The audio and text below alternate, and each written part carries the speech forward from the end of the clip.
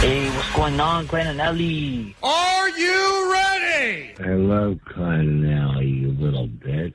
Klein and Ellie, it's just okay. Just don't let things bother you too much. Good morning, everybody. Hey, what up, Klein and Ellie? Whoa, sweet David Steak, did you see that? Viva Klein and Ellie show. Let's get the show started. The show started. The show started. We are live in Los Angeles. 3, 2, 1. And here we go. It's Klein Alley Show. 106.7 KROQ FM in HD Pasadena, Los Angeles, Orange County. The Sonic Pulse of Los Angeles. This is the world famous KROQ. Hell yeah, good morning. Welcome to your KROQ, your Klein Alley Show. Lots to get into this morning, lots to give you as well if you want to interact with the show. Remember these numbers, you'll need them, 800-520-1067. Start paying attention to everything that happens immediately, starting at this exact moment for the remainder of the show. Could score you some access to the Ocean Way Festival happening in Santa Monica. The Killers, and that's enough right there, but of course Sublime will also be there, and Jack White, and many others, and all you got to do is answer some questions at the end of the show today about things that happened on the show. Yesterday, our contestant went a perfect 3 for 3 right out of the gate. Yeah, she took tons of notes. She took notes, she got through, she knew the answers, and now she's going to the festival. So it is very winnable, and today is your day to become a winner. So just start listening to everything that happens on the show today, and I'll tease you right now, let you know some of the stuff you can look forward to. We have one of the members of Cage the Elephant stopping by to hang out with us during the show today, play some new music as well. Oh, man, the new music. I don't know about it. I think they've lost a step. Let me hear it. I think you have it on your end. Oh, you're being serious. Oh, yeah. I like their new song. I thought Omar was going to play. Really? Here it is. I have it. Here it is. I thought Omar was going to play it. I'm on my hands and knees. Who's gonna come for me? Tell all the magazines I'm a celebrity. Somebody take me home. They're trying to bury me. I'm going back to those beaches in Tennessee. That wasn't remastered yet, though. That was before it was. Those harmonies, man, they're not hitting, dude. Yeah, not like they used to. But I think that actually is Brad Schultz performing with one of his children. Because I think I just thought Matt was like totally giving up after having a baby. It's possible. It's very possible. Man, he sounds tired. We will get into some Cage in the studio a little bit later today, and something that I don't think any of us are looking forward to. But it doesn't mean we're not going to do it. For the first time ever, we'll be spinning this wheel. It is called Rou-lettuce, Allie. It is Rou-lettuce? It is Rou-lettuce. It is a roulette wheel with different types of Taylor Farms bag lettuce. And we will be forced to eat the lettuce that is causing people to spend days and weeks in the hospital.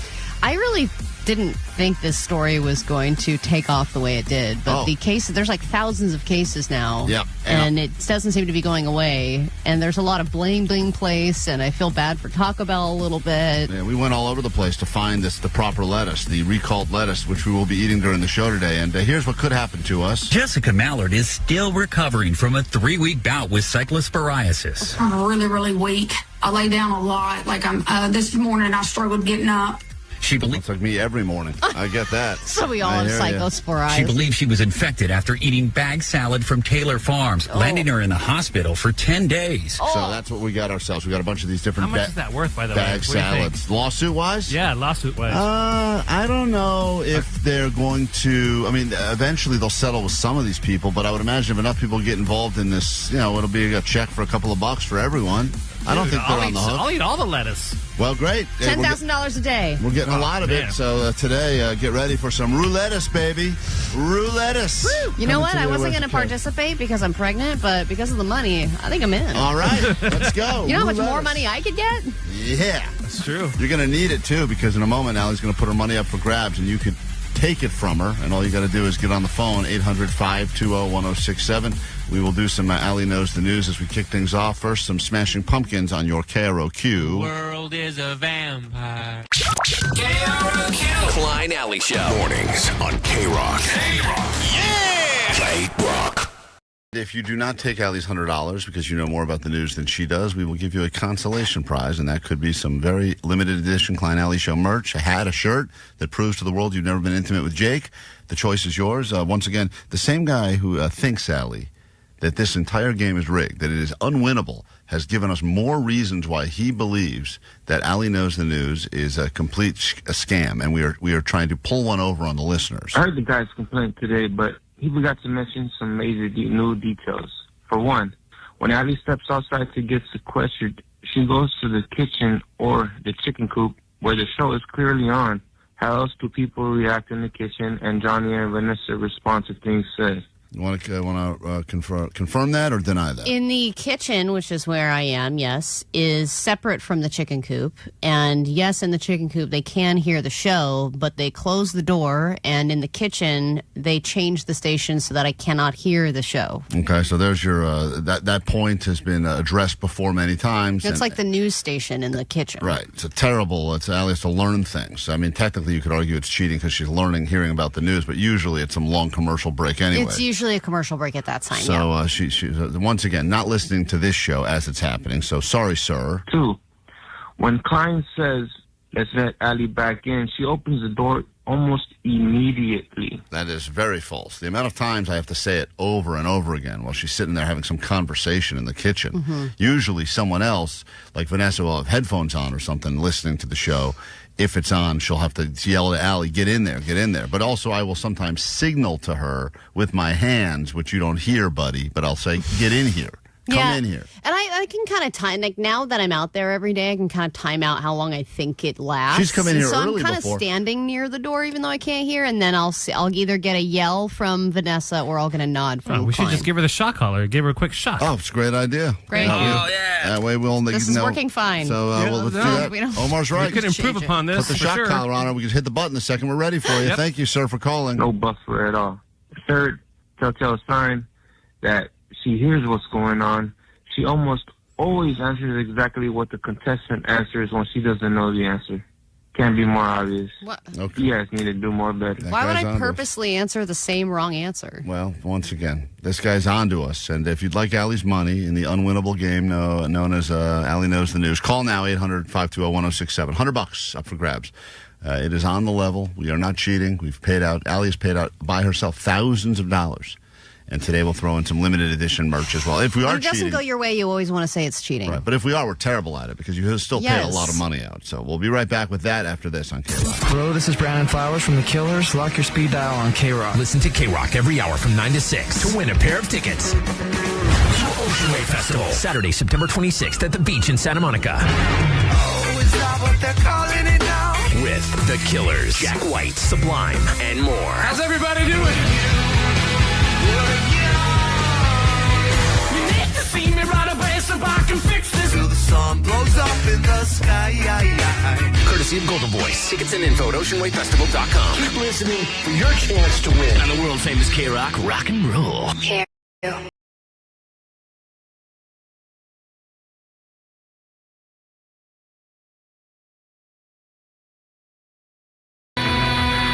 Easy money. You can take some of Ali's cash if you want in, and all you got to do is be on the phone right now, answer some questions about stuff happening in the news. People have oftentimes accused us of rigging this game so that Ali doesn't have to pay the people, but nothing makes us happier than when Ali loses because she gets all salty, and it puts her in a foul mood for the whole day, and then her wife yells at her when she gets home, and it's fun for everyone. That sounds all terrible, and I don't know why you enjoy that. Especially because you guys are stupid assholes. Right. You are. That was a day that Ali lost money, and about 3 hours later, she called us all a bunch of stupid assholes. Because you were. Well, and you still are. Well, thank you. Take that as a badge of honor. I'll wear that. Hey, Reba, Same. Burbank. Good morning. Hello, good morning, Klein. You have an opportunity. Sweet dibbits to you. You have an opportunity now to ruin Allie's day, and we are rooting for you. Of course, if you take her money, you answer more questions than she does correctly about the news, you're in. If you lose, though, we will still hook you up with some limited edition Klein Alley Show merch. If you've never been intimate with Jake, we can send you a shirt to prove it, or if you want one of those Make Allie Fat Again hats, those could be yours as well. The choice is yours. She's leaving the KROQ studios now, so she can go and sequester herself. And this is what I like to call my nice break in the show, where Allie gets out of here and she's going. Oh, I heard that. You can't say. I think Allie just swore at me. She did? Yeah, I think so. Oh, I didn't hear that. That's good. You couldn't hear it over the beeping as she was moving. Okay. Let's say, all right, Reba, here we go. 5 questions are on the board, and your round officially begins right now.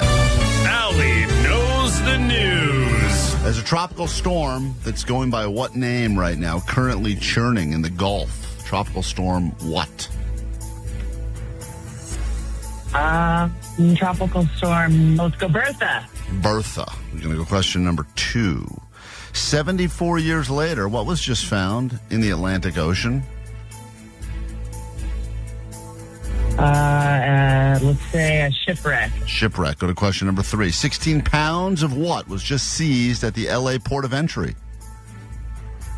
Monitor lizard. Monitor lizard. We go to question number 4. Mini Moon Pies, maybe not the most popular dessert, but they have just released a limited edition flavor. What flavor is it?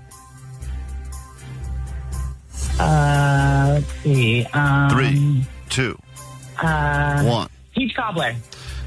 Oh, man. Red flag has gone up here. You're under watch and scrutiny for potential cheating, so do not take a long time answering this final question. We go to question number 5. The American Heart Association has just said that drinking up to how many cups of coffee a day is still safe for most humans, adult humans? Need an answer? 3, 2, I think it was like 1. 10, which is a lot. 10 but I think cups it was of coffee. 10. All right. Let's go ahead. That's what she's cheating. Are you cheating? No. Oh, I told a coffee story yesterday. Oh, man. All right. She said she heard one of the stories yesterday, and one of them she did answer pretty quickly. Allie, don't say anything else, Allie.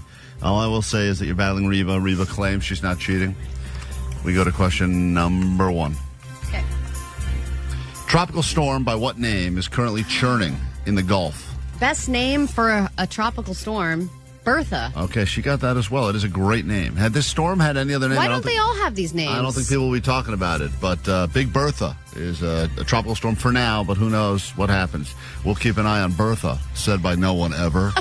We go to question you number... do have to keep an eye on her. It's hard not to. We go to question number 2. She's on the board, 1-1 after 1. We go to question 2. 74 years later, what was just found at the bottom of the Atlantic Ocean? Oh, okay. I briefly saw this, but I'm not... Is it an airplane? Is it like a... She said shipwreck, but the correct answer is... I think it's an airplane that was missing. Pan Am airplane that went into the ocean off of, I think it was Puerto Rico, 74 years ago. There were some survivors from that flight, but they had just found the plane. Still in there. It's amazing. Still found the... waterlogged or what? Found the plane. A little bloated. A little puffy. We go to question number 3. Allie's up 1 now as we go to question 3. 16 pounds of what was just seized at the L.A. port of entry?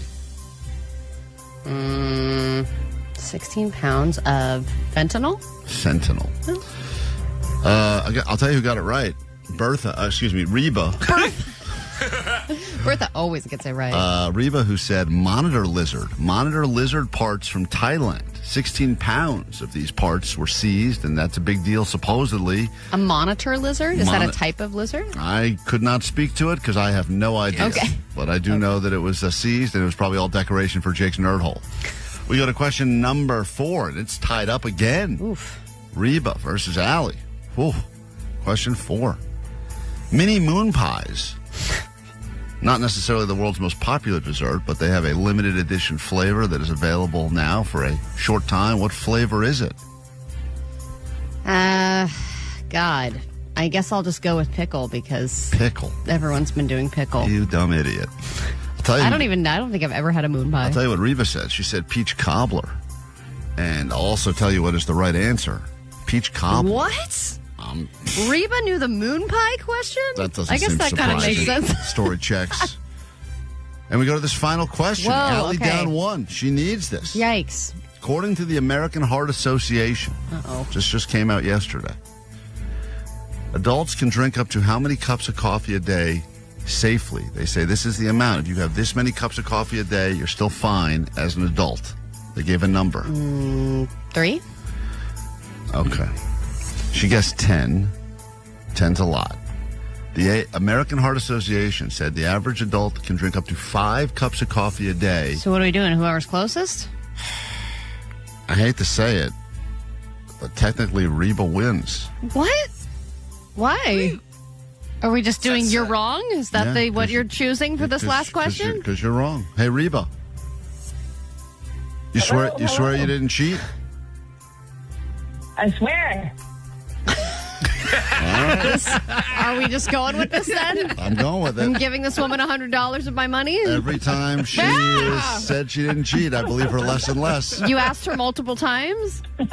Yeah, the cobbler question took her a little bit of time to answer, but she claims you... Hey, where were you yesterday when you claimed you heard about the cobbler news? Oh, I claimed I heard about the coffee news. I swear I heard the something that coffee said news. 10 cups of coffee. But I didn't know the moon pie answer, but I saw another fast food that was like a peach flavor. I think it was like Chick-fil-A or somebody else has some new shake thing that's peach. So I just guessed that. You just guessed peach cobbler? Who just guesses peach cobbler? Listen, she wins your money, Allie. I don't know what to say. It is what it is, and congratulations. And Allie, what must you shamefully admit over the airwaves of KROQ? My name is Allie, and Reba sort of knows the news, even though she probably cheated. Hey, Reba, congratulations. $100 is yours. Hold on 1 second so Allie can pay you that money, and get ready for I love you guys. Get ready for Salty Allie taking over the show next. Klein Alley Show. Mornings on KROQ. Yeah! KROQ. KROQ, we are Klein Alley Show. Good news, Allie. All of the lettuce is being purchased right now for Rou-lettuce. Great. Johnny says that they were in the process of marking them all down at the store. Cool. So that means that the lettuce that no one wants from Taylor Farms because it's making people super sick. I don't think anyone is eating lettuce, period, He right said now. that they were just restamping it with the discounted. So I don't know what we got these for, but we will be eating it a little bit later as we spin the wheel of Rou-lettuce. It is the world's greatest gamble. I think when you're always consuming lettuce and salad products, it's important to take the ones that are bagged and discounted. Those are definitely the ones that'll be the most healthy. Rumor report claims that today may be the day LeBron James announces which team he'll be playing for next year. That will not be the Los Angeles Lakers. Every other team supposedly he could be playing for. And so at any given moment, the show could be interrupted with a big announcement when LeBron James makes his announcement. Now, I know you don't probably care, and I think a lot of people hate the fact that it's all about LeBron. And the reality is, since he's not going to be playing in L.A., there's a chance he ends up a Clipper, but I highly doubt it. I still think there's a chance he announces he's back with the Lakers again, but people think I'm crazy. Well, you have a substantial bet going on with Jake over that, don't you? What was the bet? I think it was like $2,000. No way. That It was sounds about right. $2,000. What are you talking about? I think it was a to be determined later, and it was never determined later. I think it was either like $50 or like 3 pizzas. Oh, hold on. I think it was a few pizzas. The announcement is coming through right now, guys. I just wanted to let you all know that I decided I will be moving to Northern California to become a chef so that I have a chance at dating Vanessa. Oh. Vanessa, congratulations. LeBron, he has a wife. Didn't the last chef you were with have someone, too? And Vanessa ain't no homewrecker. I thought the last chef you were sleeping with had a had like a girlfriend or something. Without me knowing. Oh. This is I love this. Let's share more. Okay. Who's a fan? Don't blame me. Blame LeBron. He said it. Got it. If you don't want to go wait at the movies and pay all that money to see the film that everyone's talking about, the Odyssey, don't worry about it because we have someone recreating the biggest scenes from the movie. She's our resident movie buff, and her name is Moist Joyce, and that will be next on KROQ. Klein Alley Show. Are you one of the many people that has spent millions and millions of dollars to watch a movie that people are calling a cinematic masterpiece? Of course, talking about the Odyssey, which is in theaters now, and theaters are saying that they're making so much money that they're opening up screenings at 6 a.m., and those screenings are selling out, and people are supposedly reselling tickets to this movie. They're buying them and scalping them. Tickets to this movie for like over $100. And people are getting scammed, too, and buying fake tickets to this movie. So which I didn't even think you could get scammed buying a regular-ass movie ticket anymore. We're going to save you all the trouble, and we're going to save you 3 hours plus of your life right now by having our very own resident movie buff, Moist Joyce, who spends a lot of time in movie theaters, usually just for the air conditioning.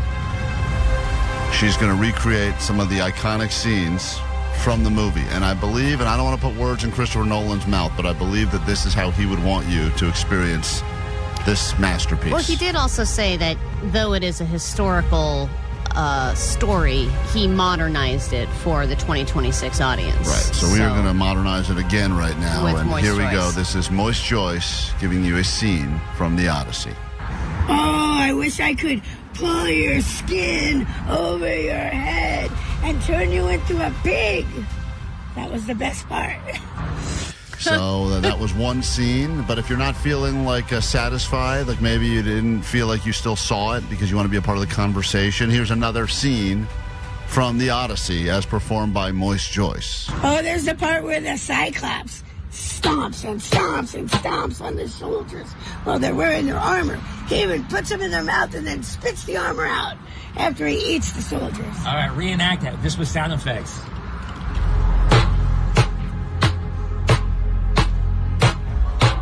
That's Cyclops. The girl that takes the pig turns them into pigs and squeal, squeal, squeal.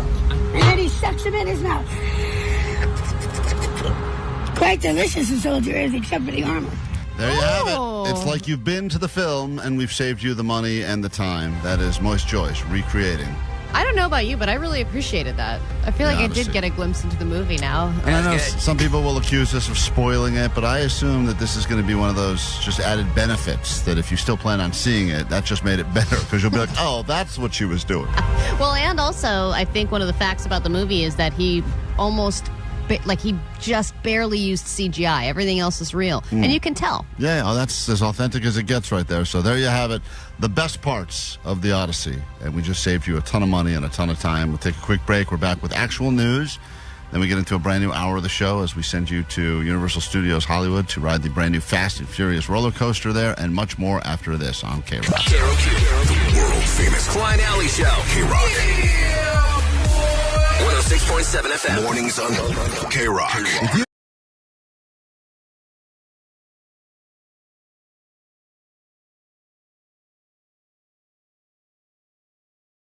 KROQ, we are Klein Alley Show. Get into some A.D.D news, then a brand new hour of the show will begin.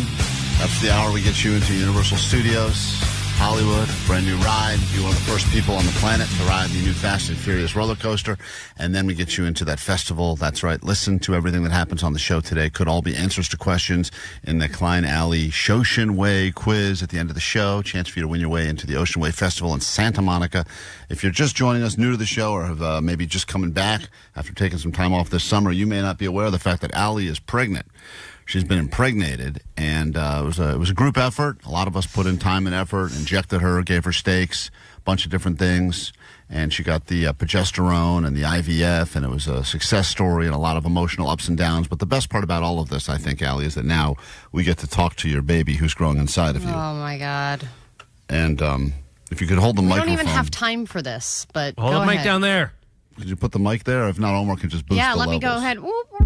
Okay, it's down there. Now what? Okay, good job. Thanks for following orders. Thank you. Jesus. Is this Allie's unborn baby in there? I hope my mommy is about to do the news again so I can take a nap.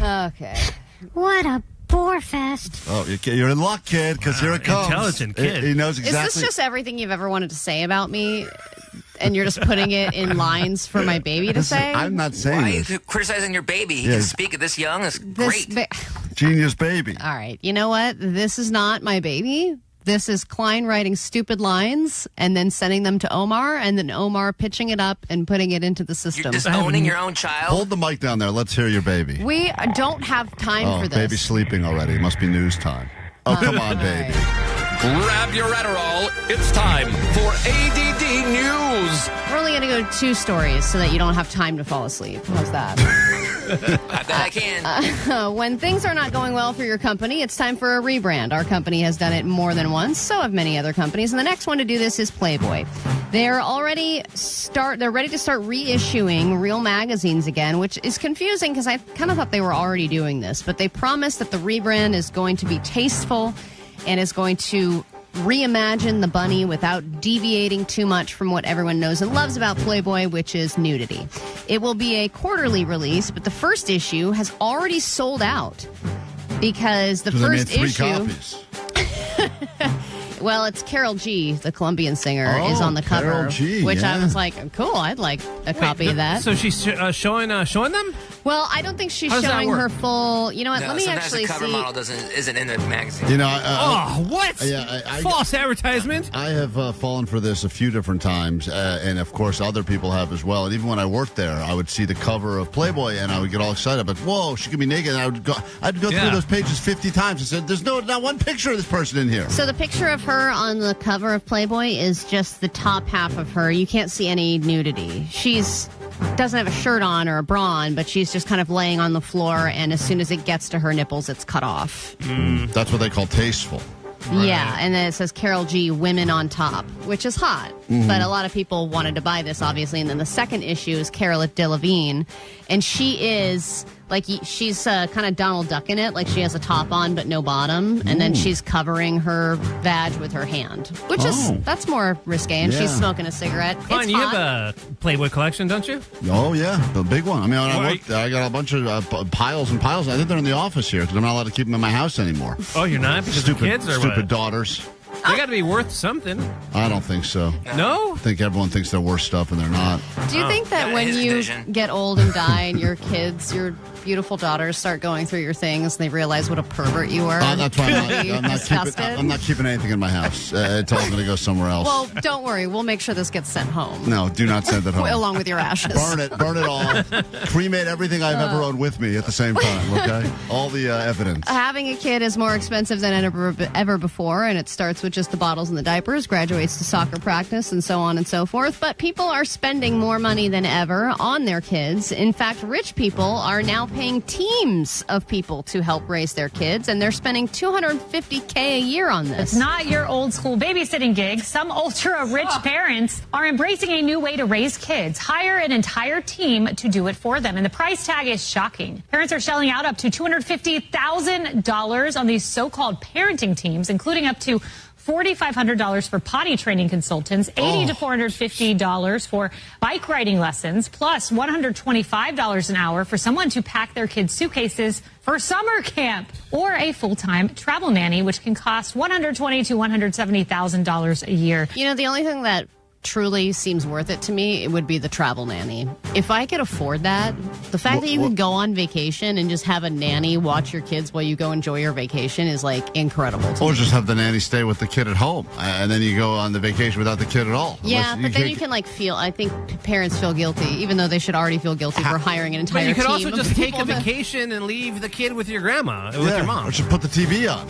Oh, or that. Yeah, here's babysitter Elmo's going to watch you for the weekend. That's I'll see cheap. You just got to pay $20 a month for Disney Plus. Hey, what did they say that the bike rider is getting paid? The bike lesson? The bike rider didn't seem to get paid much, right? I feel compared like to I've everybody else. I'm good at that. I can teach any kid to ride a bike. Okay, well, here, let's see. Team to do it for them, and the price tag is shocking. Parents are shelling out. Hold on, it was like Hold on, what are they getting? Because that's $4,500 for potty training consultants, $80 to $450 for bike riding lessons. $450? Make it easy. $450. The kid doesn't fall down. Well, Oh, man. she said $80 to $450. Right. That's well, quite a range. I don't want to be on the low end of that. Not worth it. Someone pays you $80 to teach their kid to ride a bike. But and isn't that one of, as parents, Klein, you know this, isn't that one of the biggest moments of the kid's life? And So this kid has no relationship with their actual parents. It's a team of people. Like, part of parenting is bonding with your kid. Right. Yeah. Did I have to hire someone to build the bike? Sure. But then I taught them how to ride it. I mean, if you would have built it, it would have fallen apart. Oh yeah, that would have been a disaster. Allie, what have you found has been the most unexpected expense of having a child? Like something you're like, I knew that so and so would cost money, or this would cost money, or buying an extra plane, but like you're like this part I didn't factor in just how expensive it is. Is it the babysitters every time you want to do anything? Is it the? Because I'll tell you, for me, I completely underestimated how much money I would be spending on snacks. It's like nonstop bottomless pit of just buying I think it's snacks. the little things. It's like every time I go to the grocery store and I bring him, there's a treat. Every time we go to Target, we can't leave without something. I mean, we can. It's my weakness. if the but kid it's has a like tantrum. the little things of like constantly, hey, let's get a new puzzle. Hey, let's get a new micro machine. Hey, let's get a new this. you And gotta it's shut just that like down over quick. time. Yeah, but he's Shut it down. a very well-behaved kid. So it's like, he's my little buddy. So he gets a little $1.50 Hot Wheels every now and again. But it adds up. What has been the most unexpected expense of having a child? Oh, man. Activities? I feel like those got real and pricey. you know what? The other one is food waste. That was the one that I was really like, I'm going to make you this quesadilla. You're going to have one bite of it and throw it in the trash. Yep. And I used to save it at first. I was like, I'm going to save everything. And then I just had little pieces of like quesadilla and dino nuggets. And now I'm like, I just... Allie, it's funny you say that because we just went on vacation and I made it a point we would only order 2 entrees because I know my kids don't eat that much. 2 for the family. 2 for the family. Yep, that's it. And my wife's not a big eater too. And then I was satisfied completely just with 2 entrees for a family of 4. And then do you feel like you need to change your order to get something that your kids would also eat?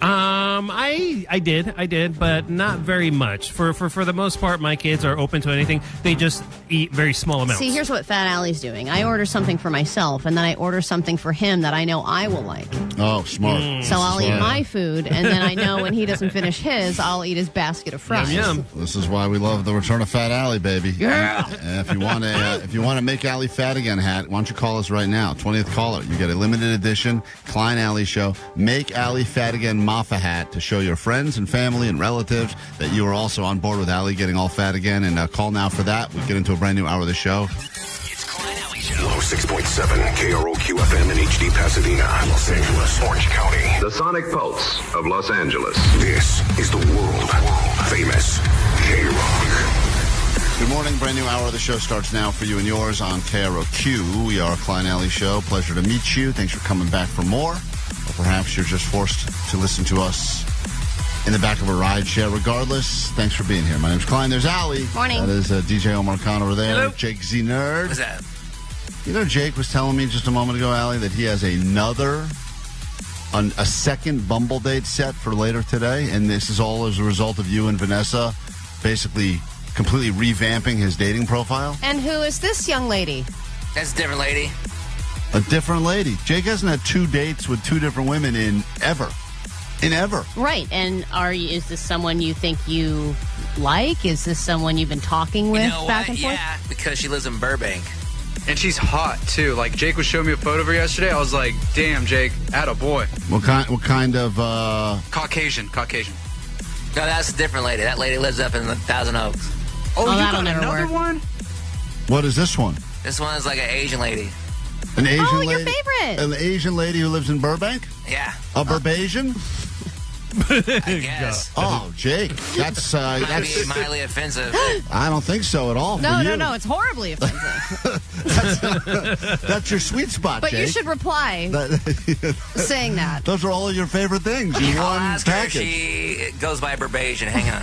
Is to say on our license plate? That's a great plate. So what hold on a minute. You're going to take this woman, are you going to take her to the same bar that you took the last woman to? She's open to it, but I think I'm going to try some place different. No, you're not. No, there's Who are you another kidding? bar like right up the street. It's going to be so hard for you to just take a step. Just take a step in. It's okay. I will say that there are a lot of people that are, believe it or not, as sad as this sounds, that are saying that Jake is giving them hope. Hey, Jake, I have to give it to you.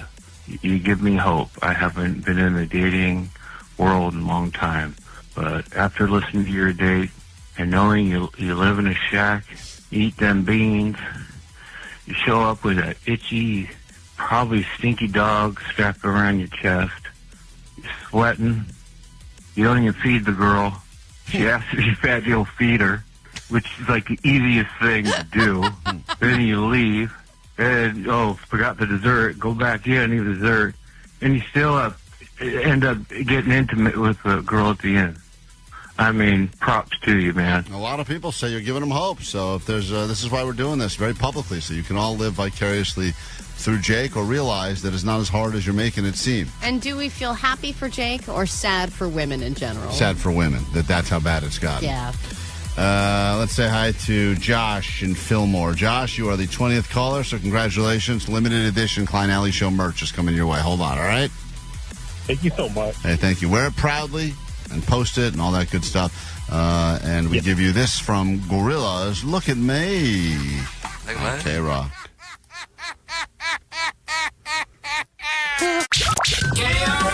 Klein Alley Show. Mornings on KROQ. KROQ. Yeah! KROQ. It's all clickbait these days on the internet. As we solve the internet's biggest riddles, we give you one quick one right now that will help you always get upgraded moving forward. If you ever travel again and you want to pay for coach but sit first class, I hope you're listening to this exciting edition of Clickbait.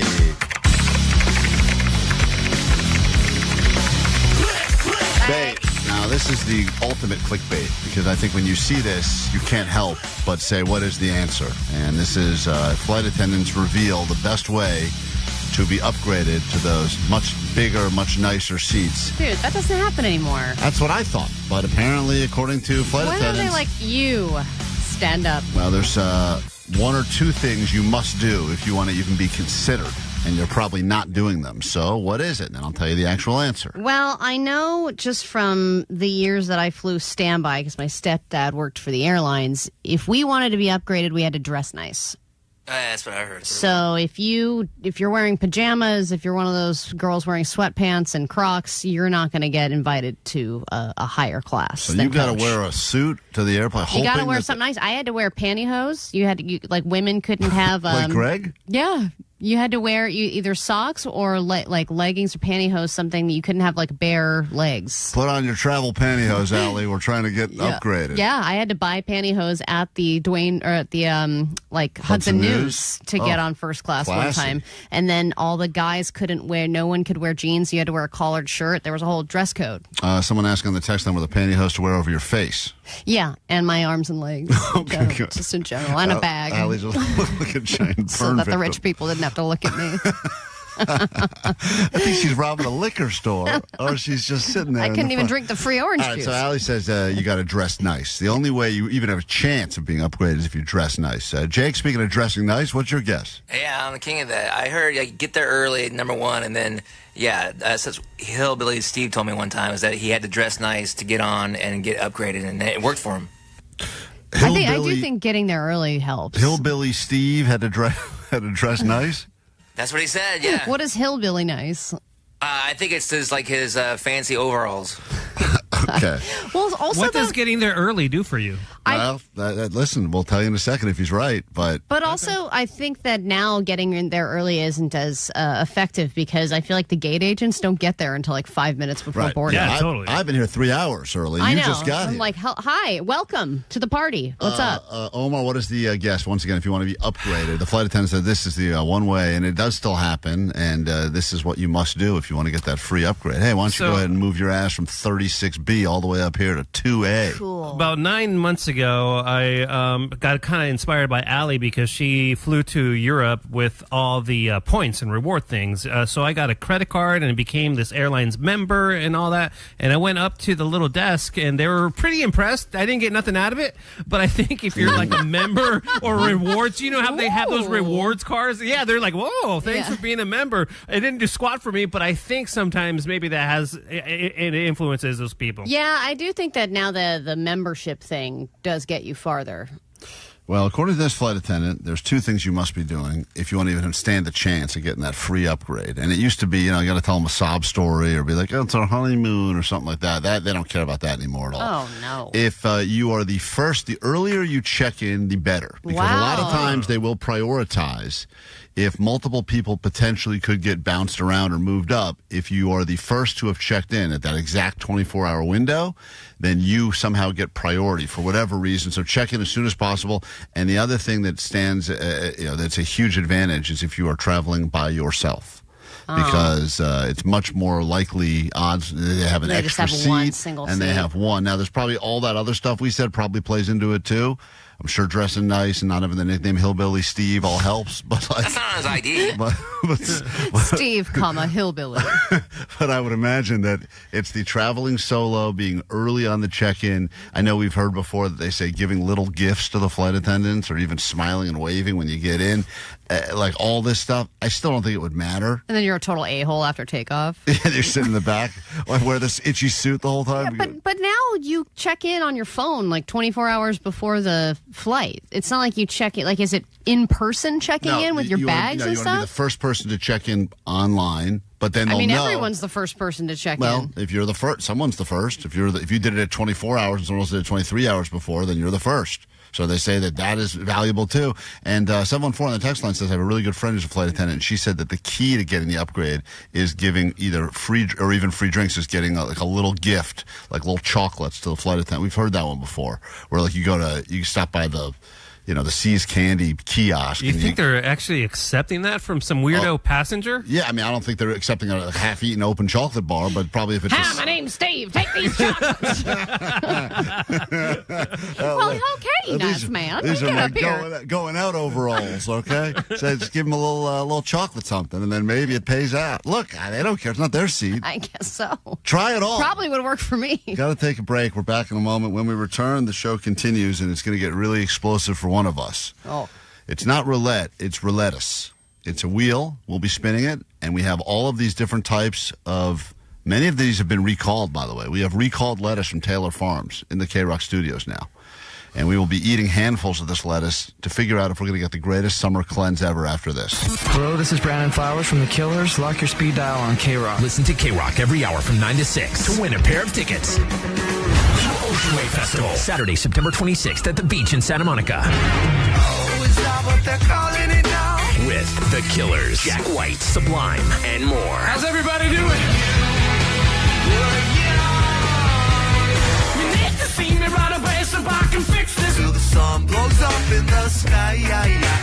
Courtesy of Golden Voice. Tickets and info at oceanwavefestival.com. Keep listening for your chance to win. On the world famous KROQ Rock and Roll. KROQ.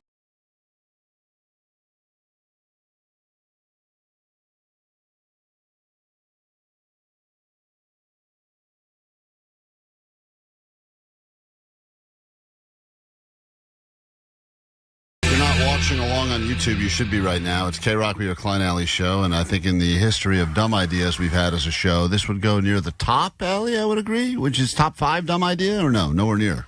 Are you talking about the general idea of Rou-lettuce or the fact that we've duct taped the bags of lettuce to the wheel?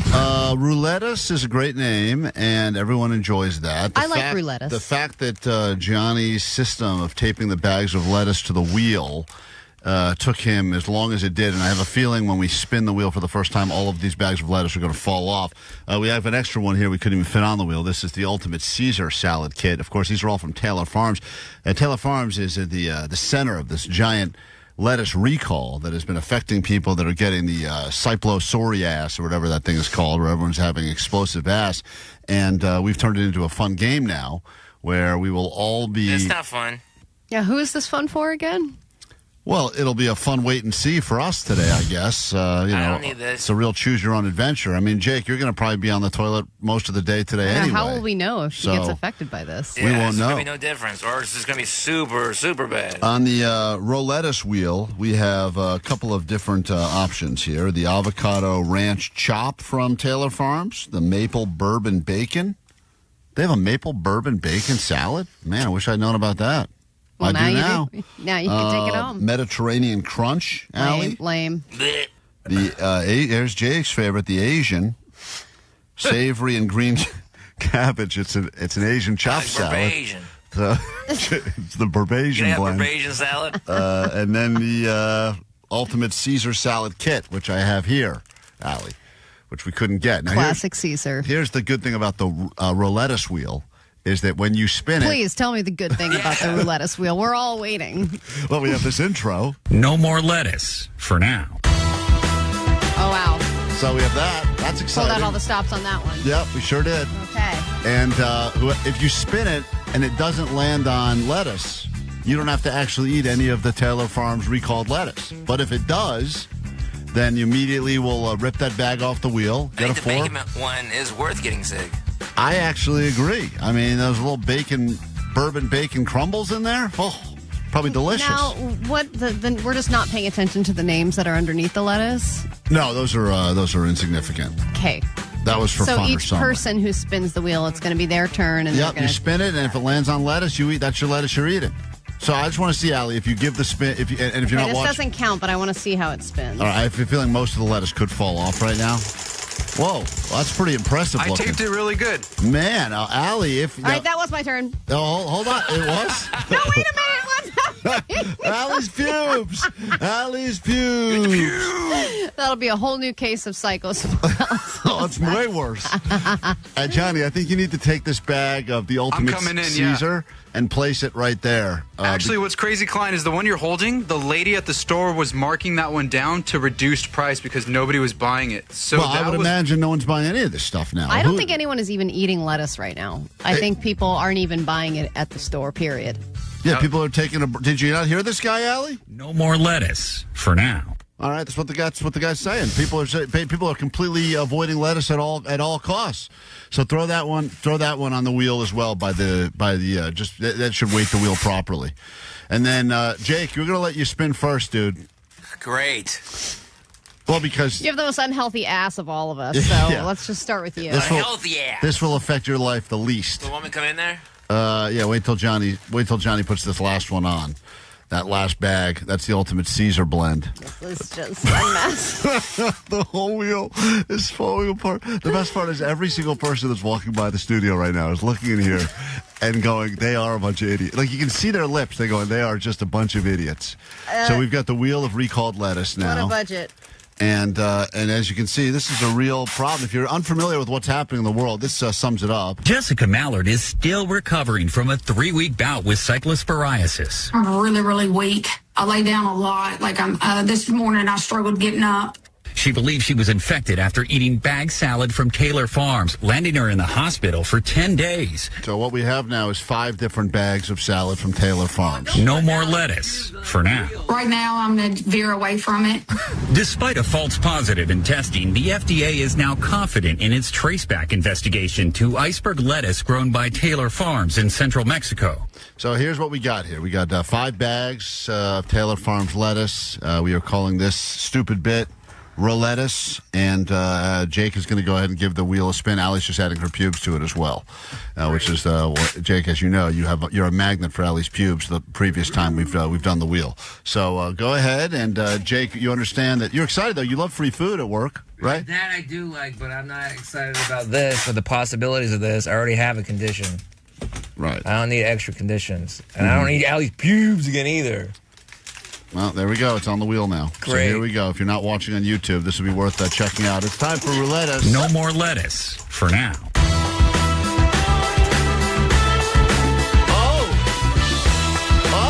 I didn't get anything, right?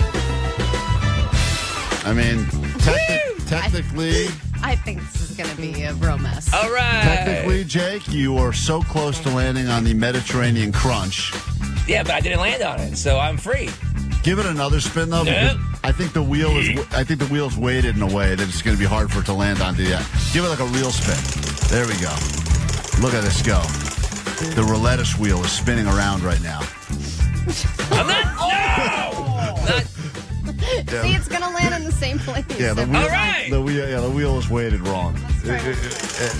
Let's go. Once again, whatever it lands on is what you will eat. Whatever it lands on is landed on. Not doing Allie's pubes. Yeah, see, it's going to be the same. It's between Mediterranean and avocado ranch. Well, every time. Jake, you get your pick then, Jake. All right, I'm taking avocado ranch. All right, avocado ranch. Right. Jake's taking the avocado Try and ranch. pry it off. Don't mess up my tape job. That's now that's off the board. See if the boss wants to come in here and spin the Rou-lettuce wheel. He seems excited about this bit. Oh, no. All right, go ahead. All right, Jake, go ahead. Al, you want to spin it for me? Sure. I'll let you spin it for me. This is my spin. Whatever. Wow. This is not going to... Oh, here we go. This is all the different recalled lettuces. Oh, nice. I got a nice open patch of the wheel. That's good. I don't have to worry about that. No, you can't move the wheel to Allie's pubes. That's disgusting. Mediterranean crunch. I think I was close. I hate to take this. If I'm deciding between Mediterranean crunch bag salad or Asian, I hate to do this. I'm going to take the Asian. Okay. Jake, you want to trade? What Jake said. Jake, you want swapsies? No, I want to stick with my avocado ranch. All right. Like the worst white elephant.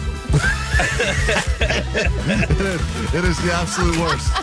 So, are you going to swap me with diarrhea salad? And Vanessa, you can come in here and spin the wheel next. Thank you, Johnny. That's mine. I'll take the Asian. Thank you. Tweet it didn't think about what happens when we have to take these off the wheel. No, we didn't think about anything. Allie, we gave up when we came up with Rou-lettuce, all right? And finally now... Should have stuck to the names. That's right. Jessica Mallard is still recovering from... Relax, Jessica Mallard. You're going to be okay. All right, Vanessa, whenever you're ready now. You have 3 different bagged lettuces from Taylor Farms. Round and round it goes. Where it stops, no one knows. This is roulette. Oh, we know where it's going to stop. Ultimate Caesar, Vanessa. Ooh, Mediterranean Crunch. It's gonna... cubes. Am I not as cute? Vanessa, it's almost... Oh! All right, you have to decide between Allie's pubes and Mediterranean Crunch. What am I supposed to do with the pubes? If I choose pubes, Why would you choose pubes? Your pube mustache, pube stash. Yeah, pube stash. Yeah. You're asking between pubes and a Mediterranean Crunch? Go for the pubes. I just want to know what do I do with Pubes! the pubes? What if you do? If you pick pubes, we'll tell you what you do with them. You have to sprinkle them on the salad. All right, I would need a minute to go to the bathroom. I wasn't prepared for this. Yeah, you've been preparing for months, Allie. I'll do Mediterranean. What? Meditation. That's not even. That's not even Meditation and That's not even one of them. All right, that's off the wheel now. All right, so now we've. Oh, Allie ripped it. This is making me sad. What is making you sad? Sad names? Yeah, this is the saddest thing we've ever done. There's your bag of lettuce. Enjoy it. All right. And that means there's only 2 left. Allie, you're pregnant, so you don't have to participate. Yes. Because Mom, how does pube? So I want to trade for one of these. So I guess everyone. Which one do you, Jake? We all have Either a of bag. them. Cheers, Johnny. Which one do you want? Take one of the ones that's left. I don't think the wheel's going to matter. Let's all. I just need a fork to start digging into. I want to spin. Let me spin. All right. Roulette-tuce. Here we go, baby. Watch it land on pubes. I wish I didn't spin them. No, fall down. Come on. Oh. And it landed on. Johnny, once again, you'll have the choice between maple bacon bourbon bag salad from Taylor Farms or the Caesar blend, which was recently being. All right, I'll take maple bourbon bacon. All right, that's off the board. Everyone, grab your forks. Again, Caesar is the reject. And then this is where the fun begins. So. The fun hasn't begun yet? Well, now we're going to start eating the salad. This is all the rejected salad, so now we're going to dig in. What a fitting song to get into now. It's Runaway. Lincoln Park on KROQ. As we dig in, and Allie, if you want to feel not left out, there we go. Jake, you ready? You're opening with a pen? Cheers, bro. Oh, cheers. Least of my worries. First bite's going down. They ain't putting the dressing out? Yeah, no dressing. You're just raw dogging it? You can taste the simple service dishes. Oh, you got good Klein Alley Show. Mornings on KROQ. Yeah! KROQ. I'm reading the text line now. Only 3 people said, please don't do this, guys. It's not worth it. Everyone else was on board with us doing roulette-tuce, and now we're all eating our salads. We're the talk of the office. Everyone's talking about us Thank out you, there. Taylor Farms, making news. See what happens. We will update you throughout the day today. Speaking of food, last night my wife tried to take on a new task. She's been trying to do a little more around the house and taking care of our kid because I'm still in the first trimester of pregnancy. I don't feel very well. I'm really tired all the time. And usually I am the main person cooking dinner. I'm cooking dinner at least 4 or 5 nights a week. And we talked a few months ago where I asked her, maybe you could try once a week cooking a meal. She said that was a very overwhelming concept for her. Now, fast forward a few months, she has decided she wants to try it. So, Sunday, she went through all of the recipe books that we have, and she decided on one recipe, and it was a teriyaki meatballs and rice situation. And she said, you know that's like one of those like pre-made ones? No, like making like ground chicken. Oh, what did she think? Don't you know that's above her skill set? Like, yeah, you just go know with spaghetti. That's what I was like, just do something simple. She was like, well, this is easy. I could do this. And I was like, well, Katie, you have to make the meatballs by hand. You have to mix everything and form the meatballs. It's not easy. It sucks. And she was like, well, you're saying I can't do it? I was like, no, you can do it. Go ahead and do it. Because this is one of those things where you bitch about, I'm sure you bitch a lot about how you don't do anything and you don't ever make dinner. And yet, then when she does I really don't, though. But you never comment like, I make, because I thought you were annoyed all the time that you're constantly cooking and she doesn't really do it. And now she's doing it, but you know that's going to be a pain in the ass, too. That's the problem, is from the moment she decided on this recipe, it has been a complete time suck for me to go shopping, get all of the ingredients for her. Then yesterday... She didn't shop for the ingredients? She ended up not going... We were supposed to go to the grocery store together. It ended with her staying home and her sending me a screenshot of the recipe. Man. So I got most of the stuff, got home, and then last night was her night to get... Because even at the beginning of the week, I was like, so when are you cooking this dinner? And she was like, I think I might be able to do it Thursday. I was like, Thursday? Can you just I think I might be able to do it on Thursday. She understands dinner's a daily thing. And then Happens she was every like, day. actually, I think I could do it tonight. I'm like, that's right. You can. You can do it any night. So then she starts cooking this meal at, I kid you not, 3:30 p.m. because she's so nervous about having it ready. What time do you guys normally eat dinner? Like 6:30. Okay. She thought she needed 3 hours to prepare. That's an insane amount of time. It's a crazy amount of time. I wasn't home when she began the cooking. The amount of questions and screenshots I got from her right off the bat was shocking. She realized right away that she didn't have one of the ingredients. It was chili sauce, and it was a complete derail. She just had no idea how to, combat that. Get her ass to the store? And I was like, either go buy it, or there's other hot stuff. Like, it's really just for heat. So Right. if you're Add just something mixing else. it in with meatballs, you just find chili paste or whatever else we have. Sriracha. Yes, A sriracha. million things. So she can't figure it out. So she's sending me screenshots of every other hot item we have in the house to ask me if that is going to work. Frank's Red Hot. Will this work? So, no. Exactly. And I'm like, kind of no. But you kind of just know these things when you're cooking. Also, recipes are... you kind of follow. Suggestions. Yeah, you go with the She flow. can't. No, guys. She doesn't know how to do that. No. Even the fact that she had to do a tablespoon of chopped cilantro, she was holding the cilantro going, I don't know how to measure this. I don't know what to do. It's like a pinch of cilantro. And I'm like, just eyeball it. She doesn't know how to eyeball it. Allie, I know that you have audio of her doing this and how frustrating this was, but just so you know where you're coming from, because my wife also does not know how to cook, she one time tried to make a recipe that called for a 3/4 of a cup, and she read that as it needs 4 cups of something. Like 3 to 4 cups? No. 4 cups 3 different times. Oh. She thought my 3. God. She said, this is so liquidy. And I said, how much did you add? And she said, I put in 12 cups. Oh, I go, my God. Why did you do that? It says 4 cups of this. I go, you idiot. It's 3/4 of a cup. 3/4 of a cup. Yeah. And she goes, that's why I don't do anything. And then she stormed out and I had to clean up the mess. And you're like, yeah, I guess why do you do things then? Right. It's probably easier. Like, several points, I was like, you can give up. It's okay to just call it. Or I'll take over. She wants to prove you wrong, though. So this is her trying to figure out, because one of the instructions says, get a large bowl. Oh, man. That's pretty easy. What large bowl means. Was this large enough? Oh, God. For an egg Is it large enough for the following ingredients? and breadcrumbs, green onion, cilantro, and chicken. It might not be for the chicken, right? But I can just do one at a time. So she was just going to pick a bowl, do one ingredient at a time, and if it got too much, she would transfer it to another bowl. If she's thrown off by the step, get a large bowl. If that is too much, this is all too much. What about the vegetables? So she planned the meatballs. That was the main focus. And then it was like, I'm going to make some rice. I know how to make rice. But then she was like, whoa, what am I going to do about vegetables? I haven't figured that part out yet. That's the part I have no idea. I would just put some broccoli on a pan. A little bit of sesame Sounds oil. like you're eating before the dinner. I was snacking, yeah. Well, because it was 3:30. Fat Alley, baby. I'm here, baby. Oh, it's my pre-dinner dinner. But I was like, if you're doing like an Asian thing, just like put some broccoli with some sesame oil, put it, fry it up, and you're good. Because you cook, so you understand that. But to her, that's difficult. She tried to go to the vegetable section of the recipe book, and she couldn't Couldn't find even something. figure it out. So this was her next tactic. Siri, how do you cook broccoli in the oven? Oh, Jesus. Cook broccoli in the oven. Place the broccoli florets on a baking sheet and drizzle with olive oil. Then toss I'm dipping back into the bag at this point. It sounds like you're going. to taste. Spread the broccoli out in a single layer and bake in the oven until tender crisp. Siri, what should the temperature of the oven be and for how long?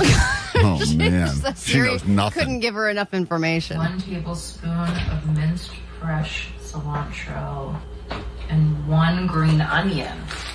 One? How do you... 1. Well, tablespoon minced. I will mince it first. Let me mince it. So then it was like thinly sliced green onions, and she chops the onion. They get it long, right? She chops it like 3 or 4 times, and she's like, "Is this good?" I was like, "No, Not minced." Yeah. And then she would look at it and like chop it again, and then be like, "Is that good?" I'm like, "Katie, you got to keep going. You got to just keep slicing was it." the meal edible? See, the meal was great because even though she obsesses and even though she doesn't really know what she's doing, she does it by the book. And that's why, and she's like, she'll cook it for 5 minutes and then check. Cook it for 5 minutes and check. I'm just like, I'll put it in for 20 minutes. It might be a little overcooked, but whatever. You know, I'm kind of making it up as I go, and I'm not doing it with precision. But she did a great job. Well, according to a lot of people on the text line, they say, I am the same person as Allie's wife. I reread a recipe 80,000 times. You cook, I'll clean, I'm done. Yeah. And I get it. Most people, it's like a different skill. It's just some people's brain works differently for whatever reason. I know, and then the amount of validation and praise I had to give her after the fact was so much more energy. Wasn't it good? Was that bite good? Was that bite good? How about that bite? Which dinner was better, the one she made or the pre-dinner dinner you were eating during that process? Oh, the snacks were delicious. The snacks were great. Those little crunchy curlies from Trader Joe's. I'm not feeling good. Oh. Jake, it doesn't work that quick, dude. It doesn't work. In fact, hold on. Tina, you're on KROQ. Good morning. Good morning. I just wanted to say you guys are insane for doing this Rou-lettuce thing, and I hope none of you get sick. But, yeah, I think that the incubation period for this, like, virus or whatever it is like 2 weeks. So even if you guys are eating it and you're like, oh, tomorrow I feel great, and you feel great next week, you might not feel great like 2 weeks from now. Yeah. So 2 weeks from now is where the cyclospora could hit us. Possibly. I mean, Google me wrong, but I think that's what I saw. Did you mix up your... No, I'm just eating raw out of the bag still. Oh, you're just doing lettuce by itself? Yeah, I got to get a bowl. I don't have a bowl yet. But I'll tell you, the lettuce, Can't believe you're even using a fork. You just get in there with your bare hands. You know, it's all for the entertainment of the people. We'll take a quick break. Back with more after this. Attention listeners, this is your captain speaking. We realize you have a choice between Klein Alley Show and complete silence, and we'd like to acknowledge that you chose us over your own troubling dark thoughts. That is all. Enjoy the pretzels. KROQ.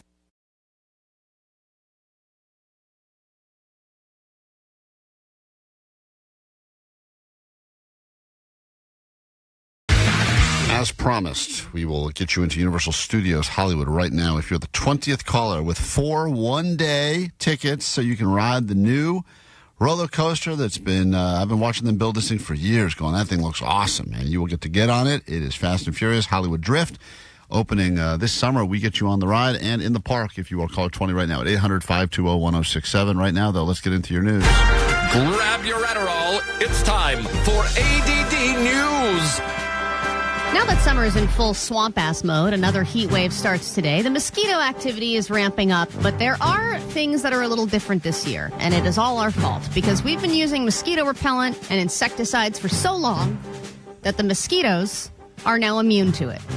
Backyard bug sprays are breeding tougher mosquitoes that can now bypass any amount of DEET you should choose to use. What about the tiki torches? I think those are still fine. They're very fun. No, it's all of it, I think. They just don't care. They don't care. Citronella? I saw a guy go, don't worry, I have a citronella candle. I go, you think mosquito cares about your citronella candle? They don't care. I tell you what's been working for me is using those dunks. So I have about 2 5-gallon buckets filled with water, and it's standing water. I put these dunks in there, and it prevents them from... They're like poison. Yeah, it's like poison. The mosquitoes go in there, they drink the water, and then they spread around and then they die.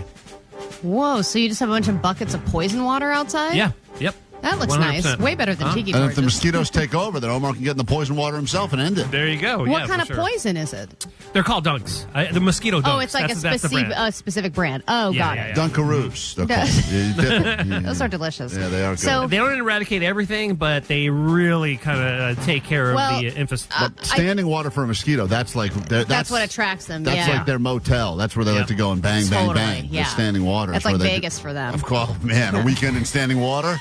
Let's go, honey. Yeah, it's been a while since I've been to standing water. Let's go. Half is a standing water. Oh, I can't spend more than 48 hours in standing water. That's where all the banging happens. And then Omar has figured out how to poison their standing water. Yes, but it's only a matter of time before they become impervious to it. The stuff that you spray around your place to kill the bugs, the stuff you put on your body, they're evolving to be stronger than that. They studied a specific type of mosquito, and they found that it developed a genetic mutation that helped them survive these insecticides and bug sprays. So they are evolving and mutating so that they can survive the things that we're doing. So over time, I mean, just they won. They win. Well, that's how evolution works, right? We do the same thing with us. What are we going to do now? Shoot them in the face? We got to come They're up so with tiny. better. We got to come up with better. We got to evolve our pesticides. Yeah. So today is the First Official Ozzy Day. So happy First Ozzy Day to everyone. It marks the 1-year anniversary of his death. I was kind of surprised that the day they chose was the day he died, because I think a lot of times they do a different significant date or birth date or something like right. that. But he's the Prince of Darkness, so maybe it makes more sense. That's his true. Death day is the day to celebrate. His son made an announcement about how he would like people to spend this day, and he said to anybody who is compelled, I want anyone to share a story about my dad, whether it's the first time you listened to his music, the first time you saw him play live, the first time you saw him in person, anything that stood out to you, or if you had an encounter with him. All I want for this day is for July 22nd to be filled with awesome Ozzy stories. But do it in his voice, right? Ozzy, you got to do it in his voice, man. I think this. This is how I pay my tribute. I'm not sure if this is when Johnny was on the air when Ozzy died. A year ago today. Ready? Are you ready? I can't hear you. Are you ready? 1, 2, 3. On the board, the crazy train. Oh, man. He's back from the dead. Oh, wow. What a tribute that was, huh? I wonder if I could, every year on Ozzy Day, I could put my glasses on, put my costume back. That was a and dead ringer. Maybe I can meet some people and kind of do it up. You should go out in the streets as Ozzy today. I bet I could get a free donut. We get into Hello, a Ozzy. brand new hour of the show right now. Give you those tickets to go to Universal Studios, and this is also the hour we get you into a brand new music festival in Santa Monica, California, and that's all happening right now. It's Klein Alley Show. 106.7 KROQ FM in HD Pasadena, Los Angeles, Orange County. The Sonic Pulse of Los Angeles. This is the world famous KROQ. Hey, Fernando.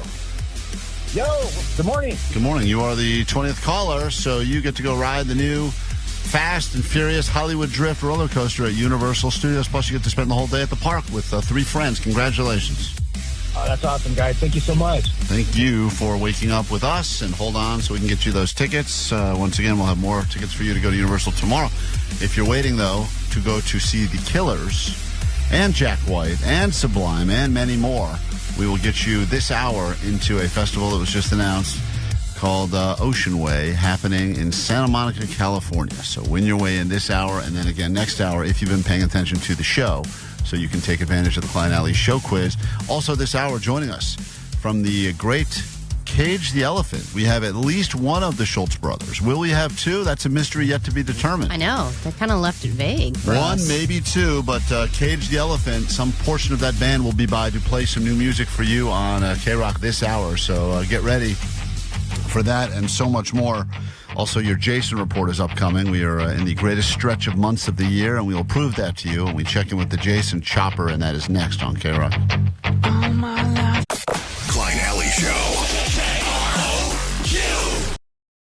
Cage the Elephant will be joining us in the studio in moments. So if you're not watching us on YouTube, you could be. We are there right now as well. But thanks for tuning into KROQ. Of course, tickets to the festival in Santa Monica coming up later this hour. And we'll find out all the events that you could be participating in through the month of July, August, September, October, November, a stretch of months affectionately known as J.A.S.O.N, with a new J.A.S.O.N report from Postmaster Johnny in just a moment. But LeBron actually has made the announcement, Allie, so here we go. I know a lot of people waiting to find out. This is the announcement. After careful consideration, I have decided that I'm ready to announce that I, too, have never been intimate with Jake. Thank you for sharing that announcement that everyone's been Bombshell. waiting for. Also, never been intimate with Jake the Nerd. Neither has any other NBA player. Get that man a shirt. It's time now as we check into the chopper high above, all the things you could be doing this month and the 5 months that lay ahead during J.A.S.O.N.